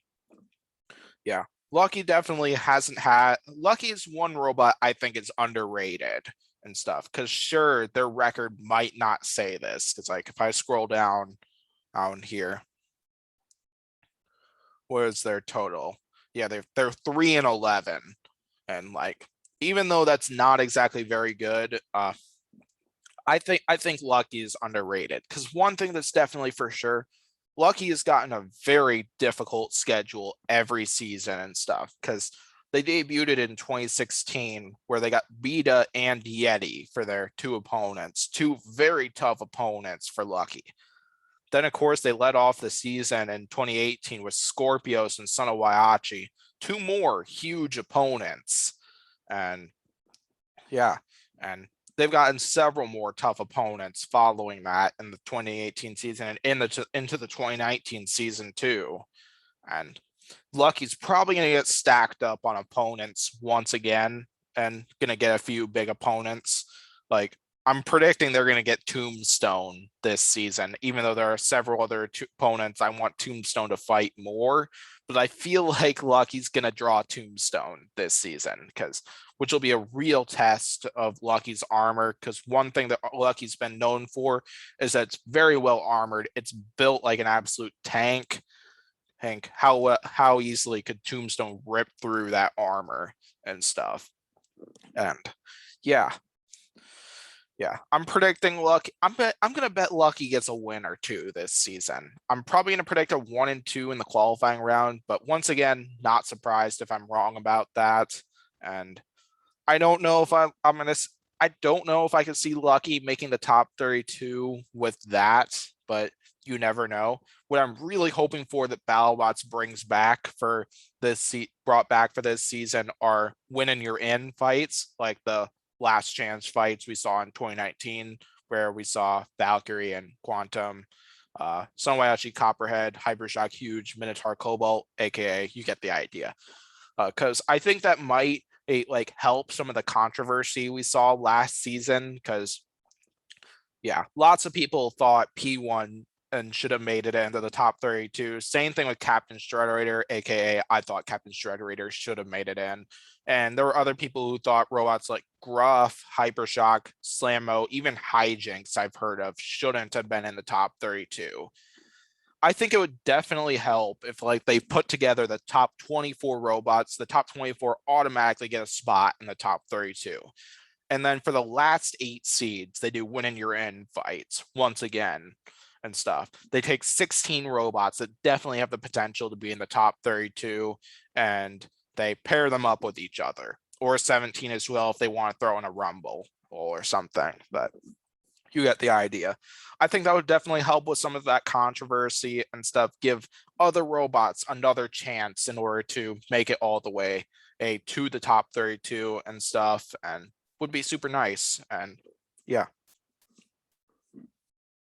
Yeah, and I definitely think Lucky would definitely be capable of being in that spot. I'm not sure if they actually would make the top 32 out of that, because if they did like get a win in your end fight, which I definitely think they're capable of, who knows who they might draw for that. It could be a huge opponent and stuff that could potentially rip apart Lucky to shreds if they have a design advantage over them.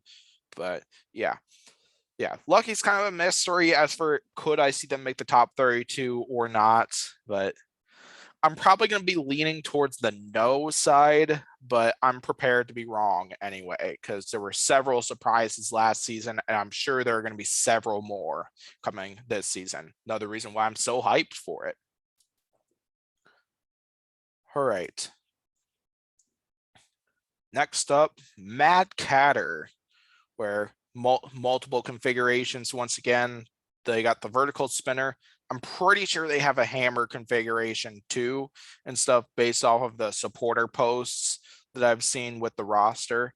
And Mad Catter definitely looks like they've improved quite a bit on some of their mistakes that they made last season, because a few of the issues they seem to have, like when they fought Tombstone, Fusion, I think Rotator too, all 3 of those robots managed to clip the sides of Mad Catter and do some serious damage.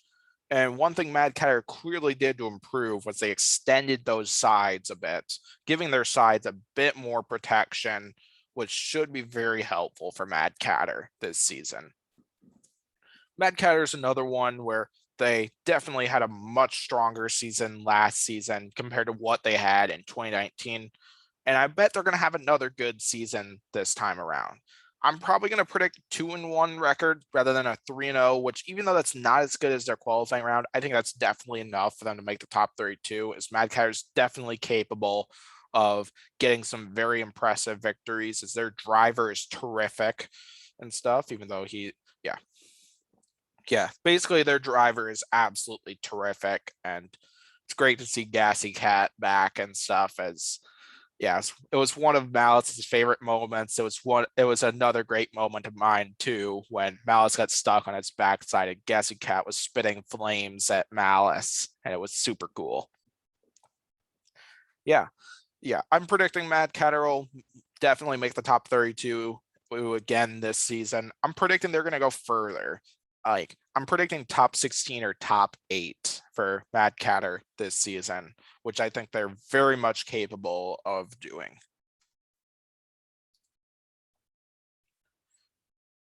All right, next up, once I can find the place. All right, and now we got Malice. A lot to say about Malice and stuff. One thing being, they were the 4th pick on my fantasy draft team, and definitely was expecting to get Malice with how high I placed them on my list of robots I wanted to take in the draft. And yeah, there's a lot to say about Malice. Like, I personally think they're gonna go far this season. As a few of the improvements they made, it looks definitely the same from what it did last season, but they have a few new spinners they're looking to bring into place. Like the big one being a tooth spinner similar to what a vertical spinner looks like, that should allow them to get a much bigger bite on their opponents compared to what they were able to get last season, as that was some of the problems that they saw in their performance last season.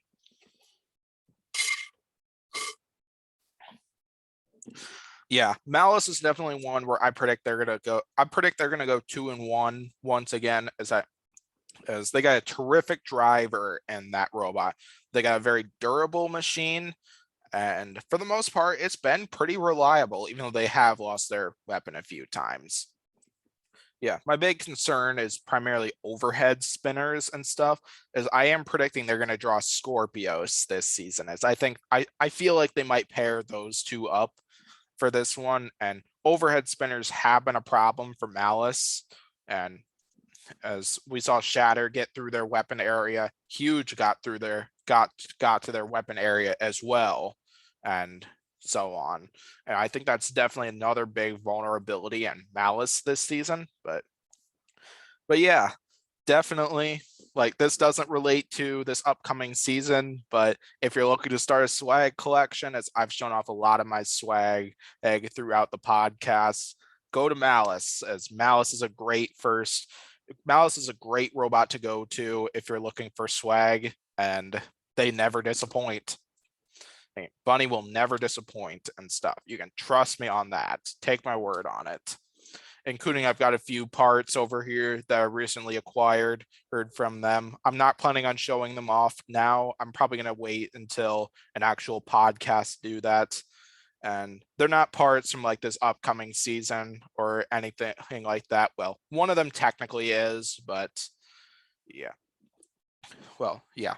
Basically, one of them was from last season. One of them is from this upcoming season that was unused, unfortunately, but it was at Battlebots. It's got some wear to it, and it's super cool. But yeah, I'm not planning on showing it off today. I'll show it off in another podcast, like when we get into the season, and it's, yeah, super awesome. Yeah, I think Malice will definitely do well, and their swag is awesome too. Cannot forget about that. Great to have Malice on my fantasy team too, because I love that robot. It's one of my favorites in the competition. All right, next up, we got Mammoth, who pulled off the biggest surprises of all last season.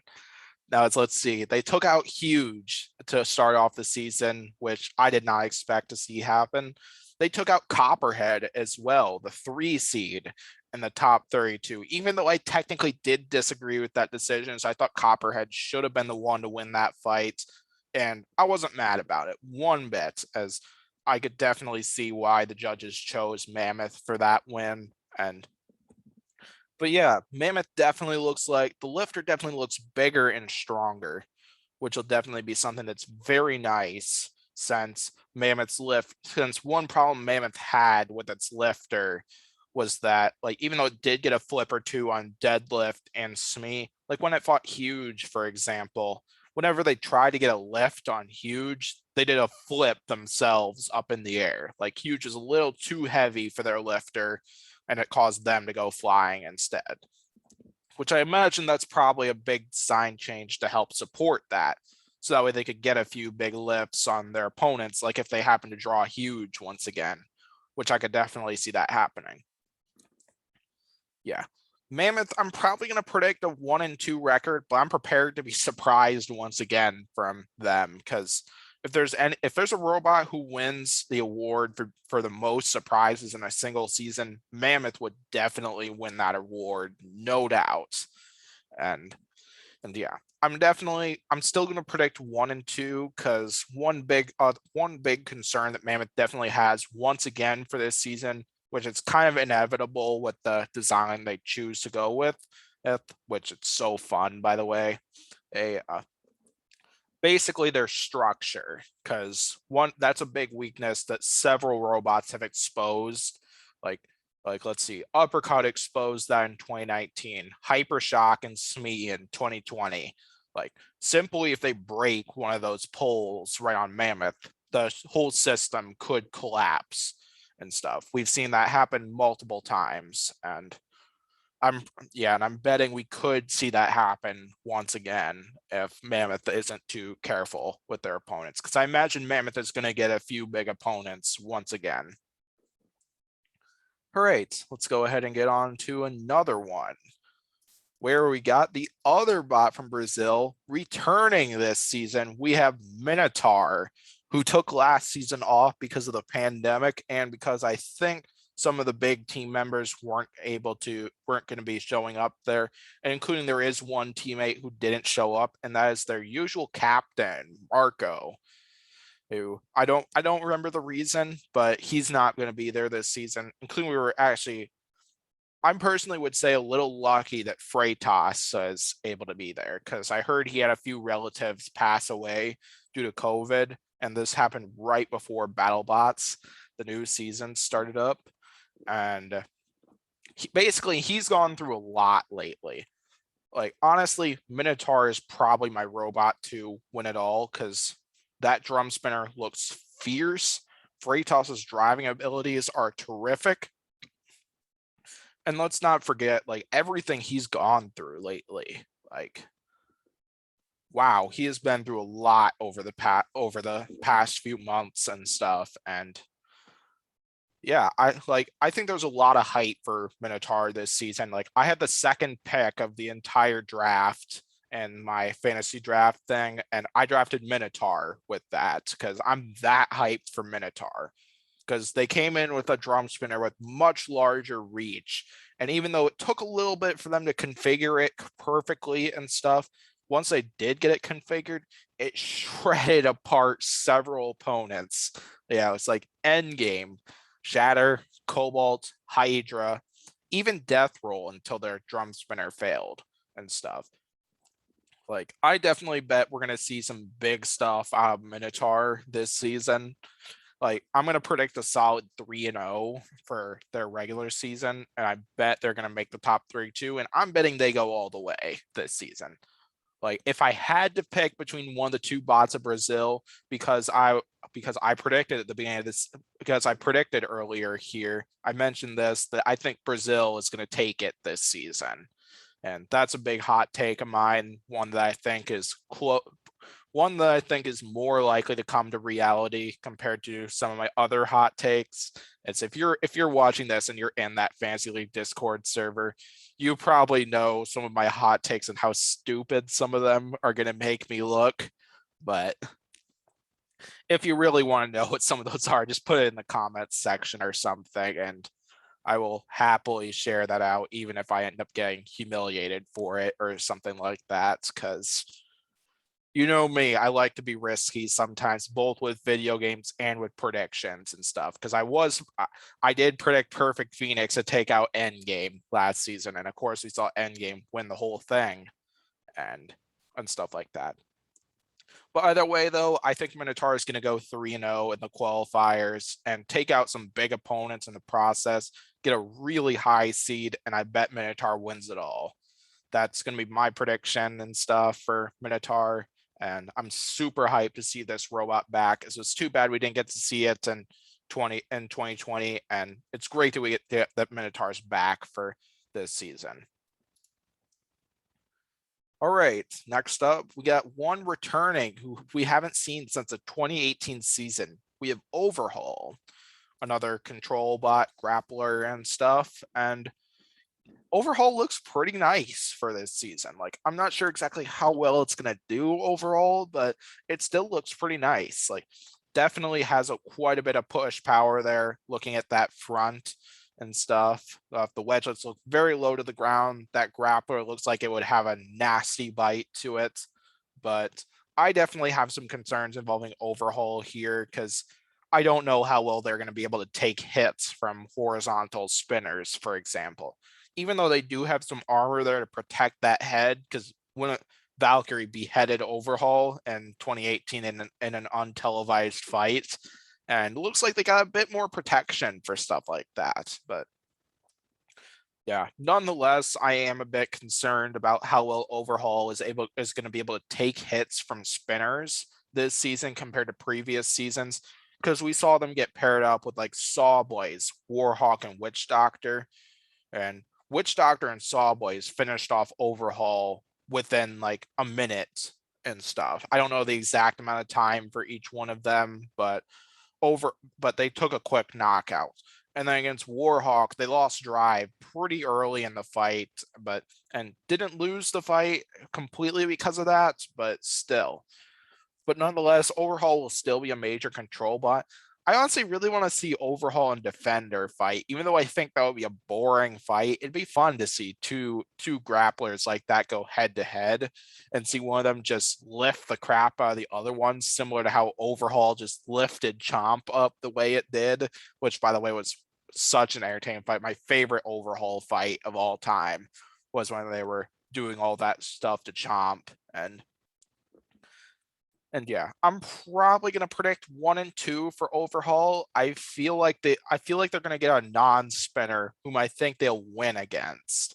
But then I feel like against two spinners, whether it's horizontal, vertical, or drum spinner, like I don't think Overhaul is going to do that well against either of those. They might take up a full 3 minutes, but I do have severe concerns because once again, Battlebots does favor spinners because they do believe spinners are typically more entertaining, as do other competitions. Because I'm currently in a club here at college where we're looking to build a 30-pound robot to bring to Norwalk, and well, yeah, which will be later in the spring semester, and yeah, we know that they're pretty strict on how they want an active weapon in there, similar to Battlebots, where they require you to have an active weapon in order to participate and stuff. And I feel like the fact that even though Overhaul does have an active weapon and stuff, of because it's not a spinner and stuff, I think their ability to do damage is probably going to be minimal or low and stuff. But yeah, I still think Overhaul is going to get a win and stuff. I feel like it'll be a convincing one. I'm not sure if it'll be enough to make the top 32, but you never know. Like Charles Guam is a great driver, and we could definitely see Overhaul simply win it because of his driving abilities. Like Tantrum did that last season. A few other robots have done that in past seasons. Like that's also the thing that really makes Whiplash so good. It's like Matt Vatzkes' driving abilities. Like I personally feel like Whiplash wouldn't do well without his driving abilities, and I think Overhaul could fall into that same category, and that could result in Overhaul going far. All right, been talking a lot here, and now we're going to get to P1, which a lot of people thought was ripped off from the top 32 in 2020. And as for what I've seen through their design pictures and stuff, P1 looks pretty nice this season. And it's got some pretty nice configurations for horizontals, got some forks on the front, which I'm guessing will be used for vertical spinners and lifters. But nonetheless, P1 has definitely been improving quite a bit ever since they brought Parallax in 2018, and then P1 starting in 2019, and it got better in 2020, and here we are in 2021.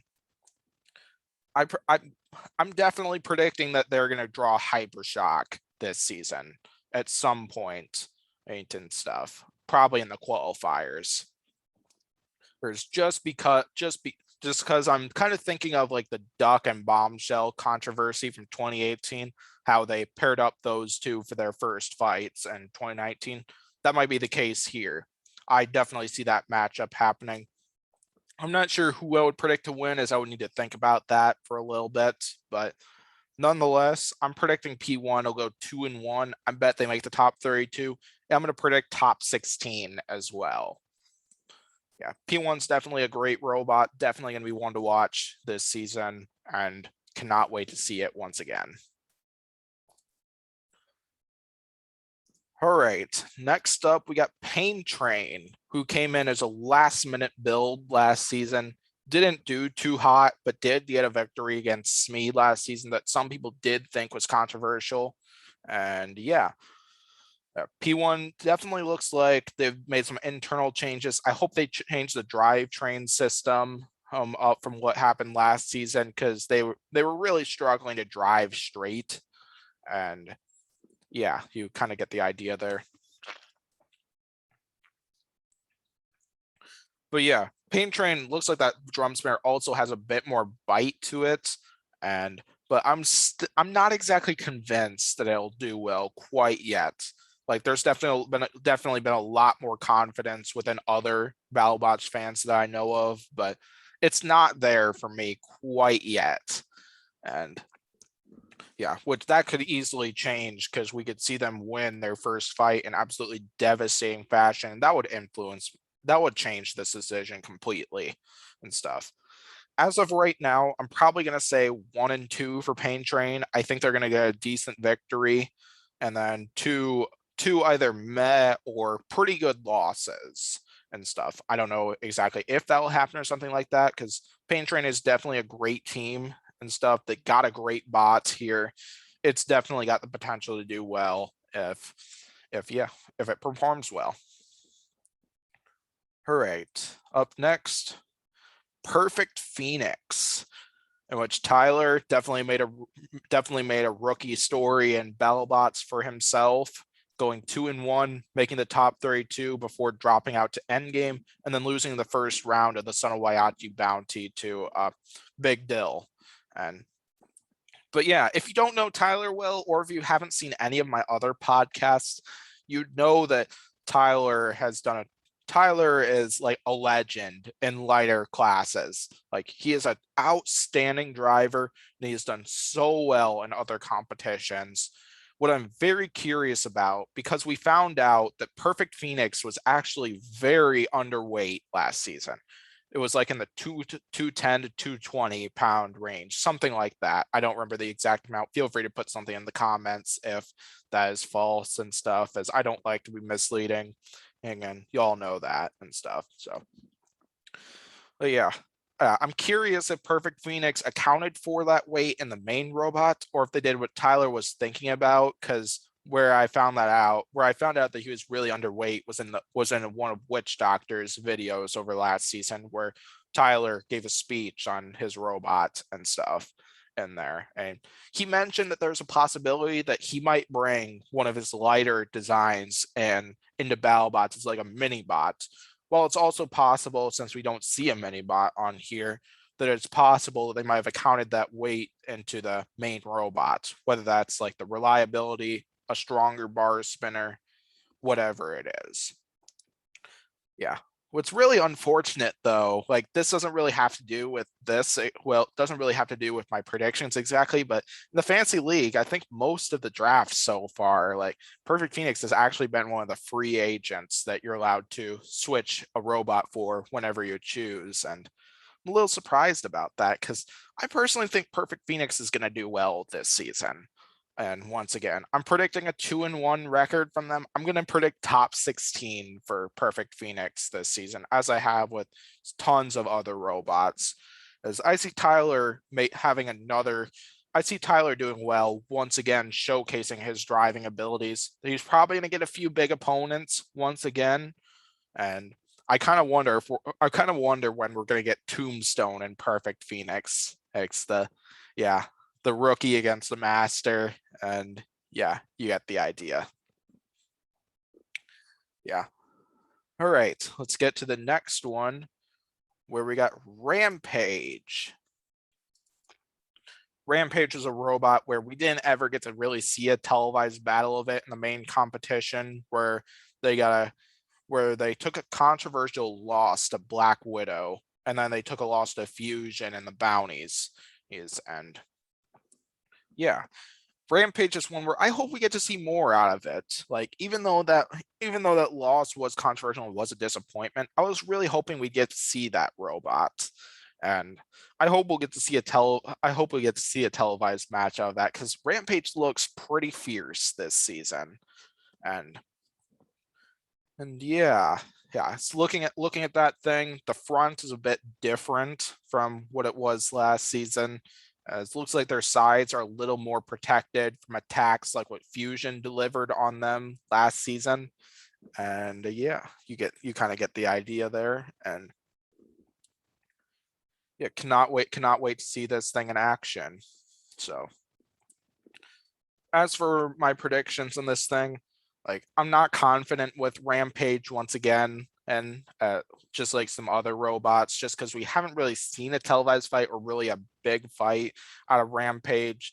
Like I'm probably going to predict 1-2 with Rampage. I bet they're going to get a win this season, as we saw them take one controversial defeat, and I think they'll get a win out of that this season. And while I could be wrong, most definitely, as there's been some hype for Rampage as for what I've heard, and could definitely see that happening. All right, next robot, where we got Retrograde. So Retrograde is another group from basically a group from Bloodsport and stuff who decided to make their own robot. Retrograde is either a lifter or an undercutter and stuff, which you obviously see the lifter in here, and it's also possible for them to come with an undercutter configuration. I wonder what are the odds that we're going to see Retrograde and Bloodsport fight this season, which I think that will be awesome to see those two fights, even though that's kind of a nasty spinner up against a either nasty lifter or nasty spinner and stuff. Yeah, I hope we get to see both configurations in action, even though I feel like because of what the competitive field is like this season, I feel like we'll probably see the undercutter more than the lifter, but you never know. And I'm very interested to see how well Bloodsport will do this season, as well, no, what Retrograde will do this season, as well as Bloodsport, because I think both of them definitely have the potential. Retrograde, it's kind of a little bit of a mystery because it's also a newcomer as for how well I think it will do, but I will probably pick 2-1 for Retrograde as I know the builders are very good and will definitely do a fine job this season. I'm gonna bet it's gonna be a 2-1 record, but a 2-1 record where there's somewhere in the middle of the top 32 or in the lower half of the top 32. Oh, but once again, I'm hoping we get to see both configurations here. I think Retrograde will do pretty well this season and looking forward to it. Gonna hope we get to see Bloodsport and Retrograde because I think that matchup will be awesome. All right, next up, we got Pori's favorite robot. Once these garbage ads go away, and Ribot's prediction for who will win the championship, we got Ribot, another modular robot, where, yeah, unfortunately, it doesn't tell me what weapons they came with. But if I remember right from the Battlebot supporter post, I saw vertical spinner, horizontal, like the undercutter that you see there, a drum spinner, and a lifter. I'm not sure how accurate that actually is, but yeah, I could show the Battlebot supporter post on Ribot. I probably shouldn't though, because that's supporter only content, and I gotta respect those rules and stuff. But yeah, if I remember reading that part right, that is what Ribot came with for this season. But yeah, Ribot, some of the improvements they made, I like the frog head look. I think that looks sweet and stuff. Looks like they added a piece of front armor there above the spinner, which I think would be a great idea for Ribot, because like there was Uppercut who just outreached Ribot and stuff. Even though Ribot did deliver some nice hits on the front of Uppercut, it was at a position where Uppercut landed a hit on Ribot themselves and tore off like a wheel or something like that. And I think this will definitely help sustain a lot of the impacts there. And Ribot's definitely gonna be Ribot's probably a more durable machine than what they were last season. And Ribot was really durable last season. And because yeah, we saw them stack up on damage up against Uppercut, and they still won the fight, right, which is outstanding. And yeah, as for what I'm predicting, sorry, Pori, but I'm gonna predict a 2-1 record for Ribot, which I do think that's definitely gonna be enough to make the top 32, because Ribot is definitely very good about winning fights and winning them in entertaining styles. David Jan is a great driver, and I'm definitely gonna bet Ribot's gonna make a run towards the title, but I'm gonna bet the top 16 or top 8 is where they're going to go, as how far they're going to go. Because yeah, this is my big concern, as always, those exposed wheels too. And yeah, more than just that as well, because yeah, they've had several problems with those, and that could definitely be the case once again for this season. But either way, Ribot definitely looks much more improved from what it was last season, and I think could definitely make another run towards the title. All right, next up, which we should be not too far away from finished here. Let's see. Yeah, not a big list.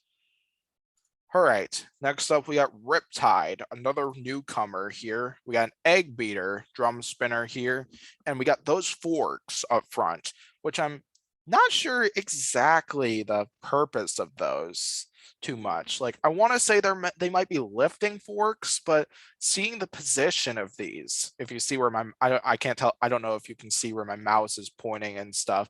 Seeing the position, I'm not sure if those can reach down enough to serve as like lifting force, like scoop up their opponents right into the egg beater.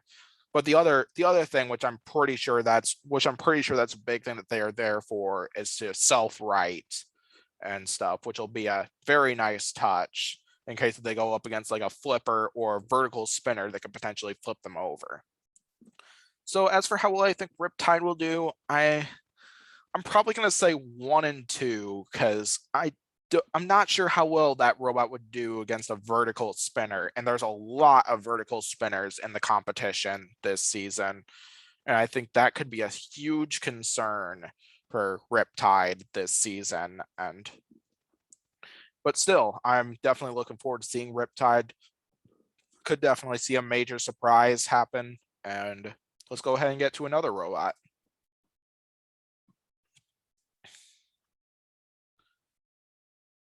All right. Next up, we got another big one where we got Rotator. Yeah, so Victor Soto has always been known as a very good strategist, and his robot looks very good this season. Rotator is another robot where I'm predicting it's going to go far this season. Because, like, Rotator didn't have a good 2016 performance, had a very good 2018 performance, had an okay 2019 season. 2020, he had another terrific performance, and it's making the top 16. And I predict Rotator could definitely go further here. It's like Rotator put up a heck of a fight against like pretty much all 3 of Rotator's losses last season, Beta, Valkyrie, and Endgame. Rotator put up a massive fight, and lots of fans could definitely argue that they should have won the Beta fight. And I know, and there are 2 co-hosts of mine who think they should have won the Endgame fight. And yeah. But either way, I'm looking forward to seeing what Rotator has in touch for this season. Like it's got a really nice look to it. I'm expecting probably for the most part it's going to be somewhat similar, where they got the undercutter or overcutter horizontal spinner, and they probably have like a wedge for horizontal spinners or forks for verts and flippers and stuff. And this is still going to be one. Yeah, Rotator is definitely going to be another robot to watch for this season. And even though they are definitely like a legend in the sport, they've been around for a while.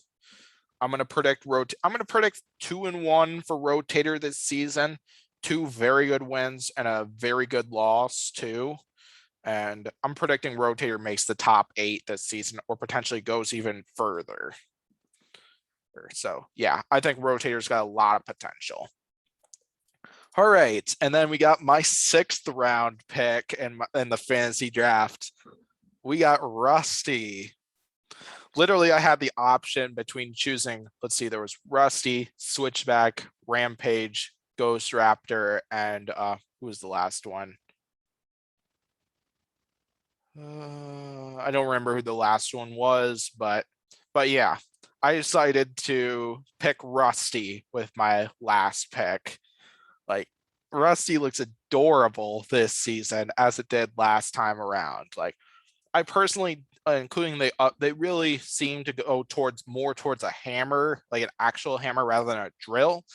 I'm not sure. I don't think exactly Rusty's going to do well this season. Once again, and as I imagine they're going to give Rusty a few big opponents once again, like how they gave Rusty Beta and Sawblaze, and eventually Rusty got Copperhead in the bounties. But what I'm predicting is Rusty gets 1 win this season. 1 win. And my other hot take is that they're going to beat somebody that's on Pori and Civilian Arcs fantasy tournament rosters. one of those 6 robots they picked. Of course, Civilian and I have been joking that Rusty's going to take out Ribot in the pod, well, in our chats and even some of the videos we've done lately, but I don't know exactly if that's going to happen or not, but I feel like Rusty's going to get one single win this season, maybe more too, because I could very well be underestimating Rusty as I have with several other robots in the past. And you never know. We could see Rusty go 3-0 and win the giant nut, which is definitely possible. But yeah, I think that'll probably about do it for Rusty. I love the look once again and happy to have it on my roster. And let's go ahead and get to Sawblaze. Sawblaze once again looks absolutely fierce. As pretty much the big design change I really see out of it is they added another fork on there. As I think possibly the potential reasoning for that is just how many opponents were able to bend those forks up and stuff. So it looks like they upgrade those to wedgelets that potentially might not be bent quite as easily. I can't exactly tell. That's what it kind of looks like for those 2 middle forks right there, but who knows? Yeah, because the reasoning for that being Tantrum, Aaron Hill used a terrific driving tactic in that one, which allowed them to get slither underneath Sawblaze and bend those forks up and stuff.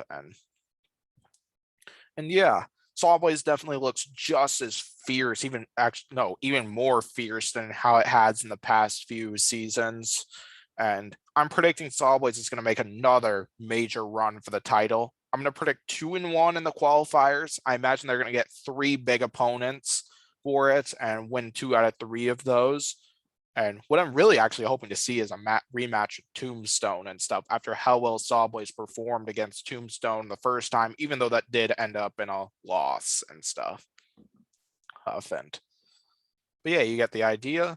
Yeah, I'm predicting 2-1 for Sawblaze. I'm predicting they're going to make the top 8 or further this season. Sawblaze definitely has the potential to take home the giant nut. Jameson Go was a terrific driver, even though he did have some sloppy driving performances. But either way, though, it's great to get to see Sawblaze back. And I bet we're going to see a few more entertaining fights out of them this season. All right, next up, we got Shatter coming back, another Hammerbot once again, and the big design change I see in Shatter is their hammer design.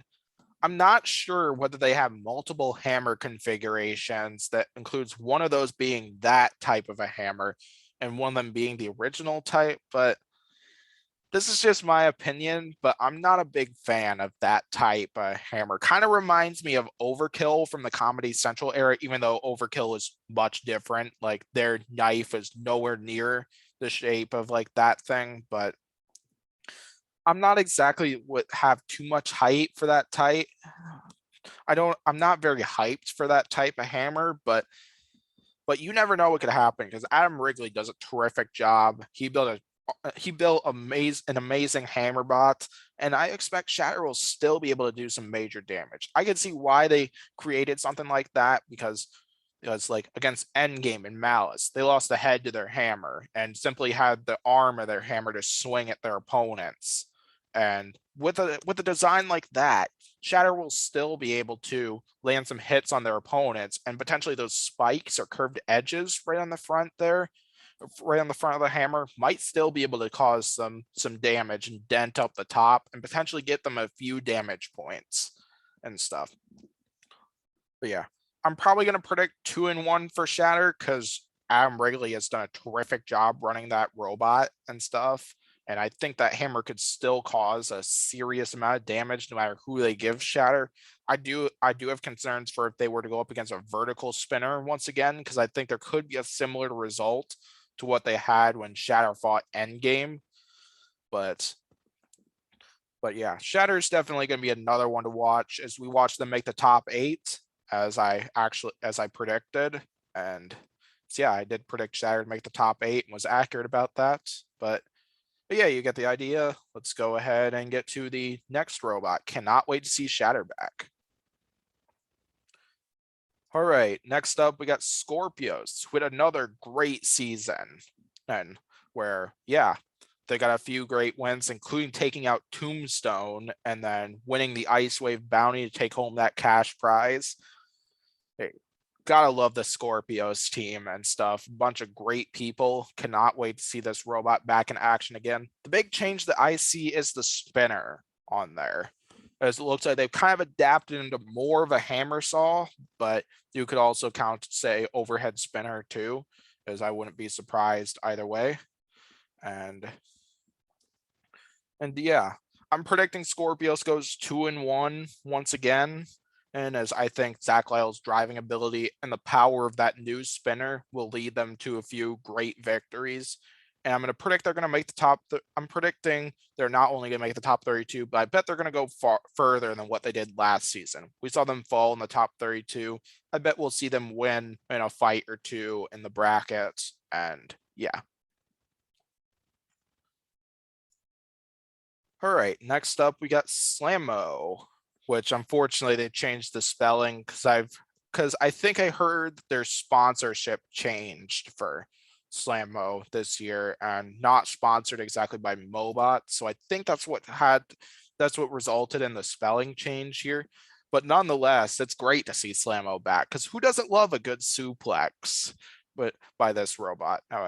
It didn't get the most entertaining of victories, but watching them suplex Pain Train, Hijinks as well, it was quite fun to watch. And I imagine we're going to see a few more suplexes. I don't know a lot of the design changes Slammo had for this season, but it'll still be exciting to see Slammo back. Hopefully the speed of the lifter gets better. I'm sure their drive is going to be a bit better this season than what it was last season. But other way, great to see Craig Danby back. Great to see this amazing robot back again. As for record, I'm probably going to predict a 1-2 record, but I would not be surprised if by chance their record is better than that. And I could definitely see them getting a spot in the top 32 once again, like last season. All right, next up we got Smee. I don't know if I left enough E's, but I thought I'd do something like that. Gotta say though, I love the paint job to Smee this season. It was definitely one very cool robot last season. That thing looks even cooler this season. As for how well it will do, I am not convinced on that it will do that well and stuff. I'm hoping they improve the ability for their spinners to do damage. They did do a little bit of damage, like they did destroy the structure on Mammoth and did some damage to one of Sharko's tires, but otherwise we didn't see too much out of those spinners, and I hope we'll get to see more. Even though this would kind of like counteract against them a little bit, one thing I really hope we get to see is them go up against a spinner bot, and a spinner gets to the backside and splits that thing in half and stuff. Like right on one of the connector areas, break one of those. Because like it was so much fun. Like when Warhawk, or not Warhawk, yeah, when Warhawk got split in 3 against Hydra and the 2 wheeled parts were moving and stuff. Even when Red Devil lost a tread and their tread was moving across the arena and so on. I think that'll be awesome to see if that happened to Smee. And yeah. Probably as for record, I'm going to predict 0-3 for Smee. I'm not the most convinced that it's going to do much better than what it did last season, but of course, you never know what could happen. I could be wrong on like, don't believe me on everything and stuff, but yeah, that's probably my prediction. And for Smee, of course, I could definitely see it do better than that, but we'll see. And stuff. All right, next up, we got Sub-Zero. That was last season. Sub-Zero was taken by a new captain and stuff. Logan Davis has made it this season once again, and Sub-Zero had a decent performance last season. We got to see some great action out of that flipper. They went 2-1 in the regular season before bowing out to Valkyrie, and then they won all the way to the bounty final where they lost to Witch Doctor in the fight for the grand prize. But either way, Sub-Zero is definitely another robot to watch, as they had a great season last year, started to really get that things going in the right direction, and could definitely see that once again from Sub-Zero. As for right now, I'm probably going to predict 1 and 2, but I think it'll be a 1 and 2 that will get them into the top, help them get into the top 32 once again. And Civilian Arc definitely. Civilian Arc's preseason Dark Horse prediction is Sub-Zero, as for what he's said to me, and I could definitely see Sub-Zero going. I could definitely see that happening as Sub-Zero. Oh, yeah. I'm predicting 1 and 2 record to get into the top 32. Probably just at rank number 32, but you never know. All right, next up, we got another rookie contender that I'm looking forward to. We got Switchback, which this thing looks interesting. Now, as that spinner can attack like from the front, from the back, from overhead. That thing looks neat. I'm very interested in that thing. But yeah, while it does have the ability to self-right, some of the stuff I have heard about it is that gyros pretty badly and stuff. Got some major gyro issues like what we saw out of Uppercut, even Minotaur too, Copperhead as well. And that could definitely be the case for Switchback and could be a big concern for Switchback, because if they like gyroed up in the air, or even a self-righting, because while they have proven they can self-right, it's something where it might take a little bit of time and could make them vulnerable to a spinner attack. But nonetheless, even with those that I listed, I'm predicting a 2-1 record from Switchback, because while the design gyros a bit and they could be a bit vulnerable if they get flipped over or something like that, that drum spinner looks pretty vicious on it. I think that thing could pack a punch, assuming it's reliable and stuff like that. And cannot wait to see Switchback once again. I think it'll do pretty well. I'm predicting top 32 for it, but I don't think it'll make it much further than that. Of course, I could be wrong once again. And yeah, this is just a bunch of predictions anyway. And next up, we got from the Final Four last season, we got Tantrum, run by a different captain this season. And Tantrum definitely made one big improvement I was hoping they would make, and that is a defense against horizontals. It looks like they extended their front armor here up and away that should be able to apply some extra defense if they happen to take on horizontals this season.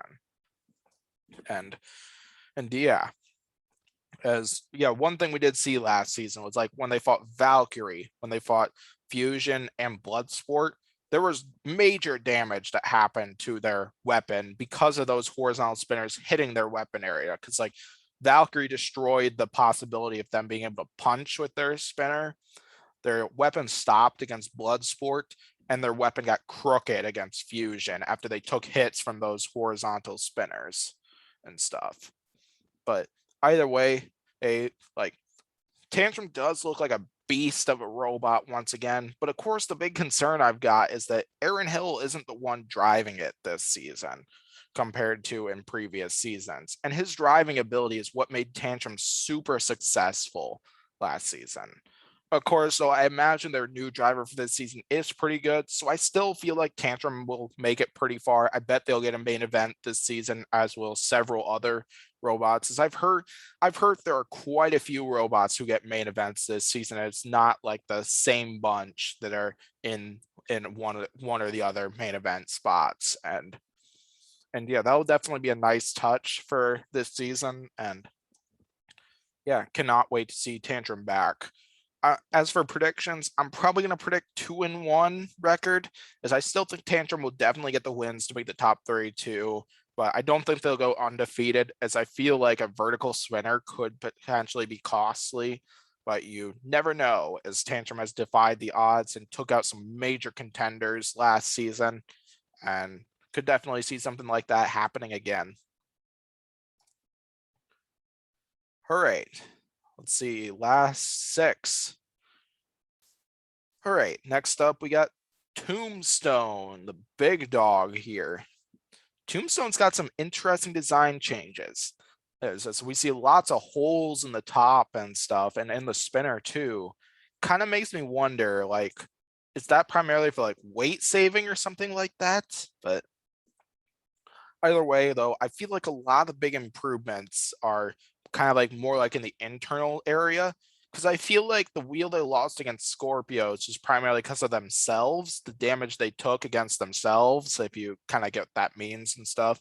Is I think the inertia from that and the energy from that horizontal spinner, the energy they took to themselves kind of was costly and stuff and caused them to lose that wheel. But either way, Tombstone is back. It definitely looks awesome. I'm probably gonna predict 2-1 out of Tombstone in the qualifying round. I bet they'll make the top 16, top 8, even potentially go all the way this season, because Tombstone is still a menace of a horizontal spinner, and I cannot wait to see it back once again.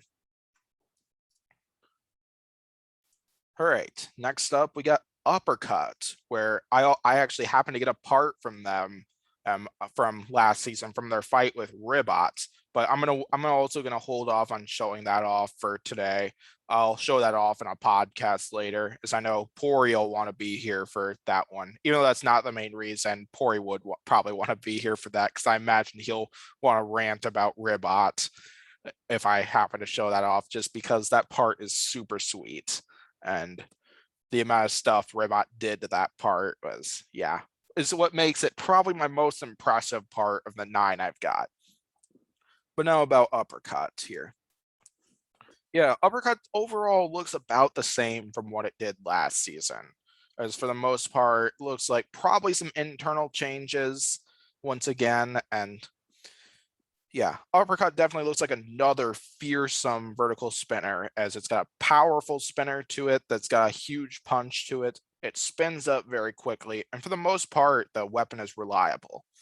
The big questions, though, is their gyro ability, as that wasn't too big of a problem for them last season, but it could be a potential issue for this season.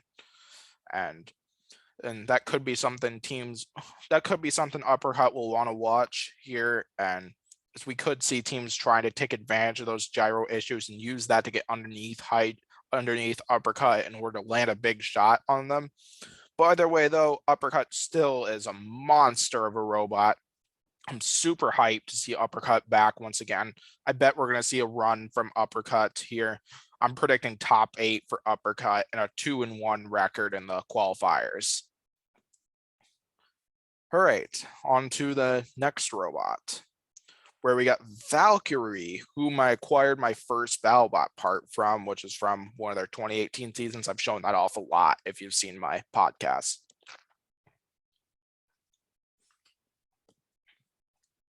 But yeah, with Valkyrie, it looks like several other teams.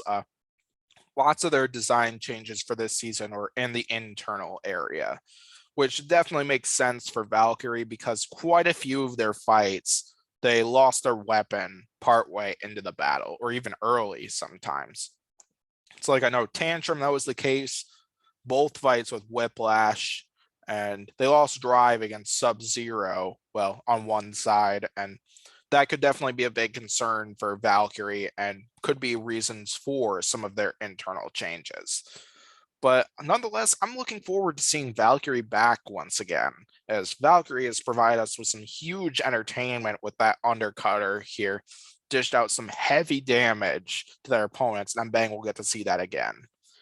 As for record, I'm going to predict 2-1 from Valkyrie once again, as I think they'll get 2 brutal victories and we'll get we'll have an epic fight that doesn't exactly go their favor. But yeah, and I think Valkyrie will go far. I could see top 8, final 4, even final 2, even going all the way. And because Fredrickson Moore is a terrific driver for Valkyrie, and Valkyrie's definitely one to watch once again. All right, next up, we got the runner-up, Whiplash. 3 bots left, and Whiplash is one of them here. Vasquez family coming with Whiplash and Defender here. This one, Matt Vasquez will be running as usual.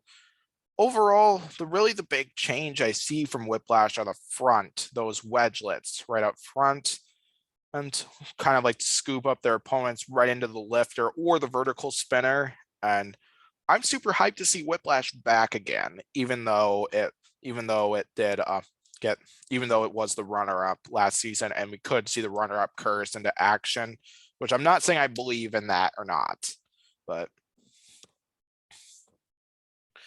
yeah, I'm hyped to see Whiplash back once again. Matty Vasquez is definitely one of the best drivers in the sport, and I bet he'll lead Whiplash to victory once again. As yeah, Whiplash got me super hyped for quite a few of their opponents. I really want to see another Tombstone Whiplash fight because their horizontal armor configuration that Whiplash used against Valkyrie, just Valkyrie last season, did an outstanding job of both protecting their robot against horizontal spinners and being able to control the fight using that lifter and Mag's aggressive driving style. Super nice for them, and I'm curious how well that strategy would work against one of the biggest horizontal spinners in the entire sport. So yeah, as for record, I'm probably going to predict 2-1 for Whiplash once again, as I think we'll see a schedule and a record similar to what they got last season, and I bet Whiplash will go far once again. I'm probably going to predict top 8 once again, but I could definitely see further. We could see Whiplash go one step further than what they did last season and take home the title. All right, 2 left, and we got Witch Doctor. Yeah, which Witch Doctor revealed some of their design changes, lots of them being their internals. They made their motors a bit less vulnerable, which should be nice to prevent their opponents from getting a key shot on Witch Doctor. Even some bots took advantage, like the middle of Witch Doctor's weapon area, like Sawblaze, for example, did that. And the other design change that I don't think they've talked about too much on social media that I noticed are these 2 top pieces right up front. Yeah, which I believe some of the purposes that could be involved with those are both similar to Bite Force, how Bite Force is able to drive upside down using something like that.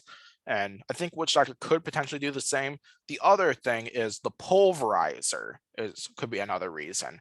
Because one thing that happened in the Hydra fight early in it, after Witch Doctor took a big flip and got sent into the corner, and took a few pulverizer shots right onto the weapon area. That could those could potentially be there to shield their weapon from like the pulverizer. I don't know if that's the actual reason or if it's the first reason or something else, but yeah, that's kind of the idea I see behind it. Yeah, so Witch Doctor definitely looks like they've got more reach once again with that vertical spinner. And I hope that vertical spinner doesn't have issues like what they had last time where they got a bad set of metal that was brittle, which resulted in their weapon discs breaking for their first 2 fights. But nonetheless, Witch Doctor I bet we'll see another very impressive performance out of Witch Doctor. I'm actually going to predict 3-0 for Witch Doctor, and I'm predicting they make the top 8 or further this season. So yeah, looking forward to seeing Witch Doctor back once again. All right, 2 left. Or no, 1 left actually. Sorry, I can't count. And we got the robot I was not expecting we would see back, which is Yeti. Now, as we saw on a social media post a while back, that Yeti recently moved to California and stuff, and that prevented him from competing in the 2020 season. And then we saw on another social media post that Yeti was going to be retired from the sport, at least temporarily, as they didn't have any plans to bring Yeti back and stuff. But then we randomly see Christian Carlberg and Greg Gibson back on the team with a new Yeti design, revealing that Yeti officially has been brought out of retirement and is back. But yeah, I gotta say, Yeti looks fierce for this season. I'm not sure how well it will actually do, but those forks look pretty nice to them. They got quite a bit of reach to them, even though Greg Gibson has said multiple times that he is not a fan of lifting forks. But nonetheless, cannot wait for this. Yeti's drum spinner looks pretty menacing, along with that really cool look on the front of it. I like that a lot. nonetheless. And I'm predicting Yeti goes 2-1 once again. Will have a really strong statement this season. It looks very well built. Great to see Christian Carlberg back too, who built Overdrive and Mecha Rampage. If you don't know, at least in the rebooted era, because he's got quite a bit of experience in the Comedy Central era, including he won a few titles. So yeah, can't wait to see Yeti back once again. I lied actually when I said last robot, because there's actually one more on here. There is one robot on here that Battlebots actually forgot to include on here. So I actually went to Battlebots social media to find the picture of this robot and found this on Facebook. We got Triple Crown, who is the last robot, one that wasn't on that roster. I'm not sure if that was an error or if there's something else going on, but Triple Crown was the 63rd bot that we saw of. So Scorpio's kind of talked about Triple Crown system. I don't remember a lot of it, to be honest, because I skimmed it rather than studying it, but I'll definitely be looking over it and studying this robot once again. But they got a different wheel system compared to what we've seen in previous times. And it's kind of like what I've heard is like the wheels all move in one direction, basically. Gotta adjust, spin the wheels in order to move forward. I don't know if it can move sideways or anything like that, but I'm not sure exactly. Check out Scorpios' post on Triple Crown for that info. Don't rely on me for that information. By the way, Triple Crown is a multiple weapon robot. I don't know exactly what all the weapons there are there. We see there are forks on the front. We see a horizontal spinner there. I imagine there are more weapons than that. But nonetheless, probably for my prediction, I don't know if I see Triple Crown doing that well this season, unfortunately.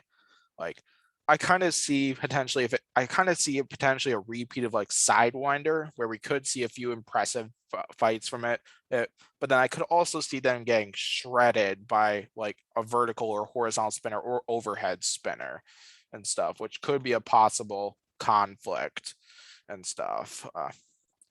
Yeah, you get the idea. I'm not sure whether Battlebots purposely or accidentally left Triple Crown off the site, but either way, we'll probably find out eventually. And yeah, I think that I'm definitely super hyped for this season, as clearly there are lots of great robots. I made some pretty big predictions, as you can tell, and stuff with lots of these robots. Cannot wait to see this. Super hyped. I imagine this is gonna be the best season so far or in Battlebots history that's upcoming. Cannot wait to see this one in December and January. So yeah, I will thank you for watching this video. Be sure to check out other fans' videos on the competitions. I know Pori was definitely planning on making a video based off of the competition. I think Civilian Arc was thinking about doing this too, but I'm not 100% sure on that. But yeah, either way, check those out, including other fans, what they choose to come out with. As I know there's a few other fans that came out with videos already. But yeah, if you like this video, be sure to like and subscribe. And yeah, for more, because we do plan on doing podcasts once again this season over each episode. And I have a few other things planned in mind for the podcast, a few extra things. So yeah, I'm looking forward to all of it. I will hopefully see you then.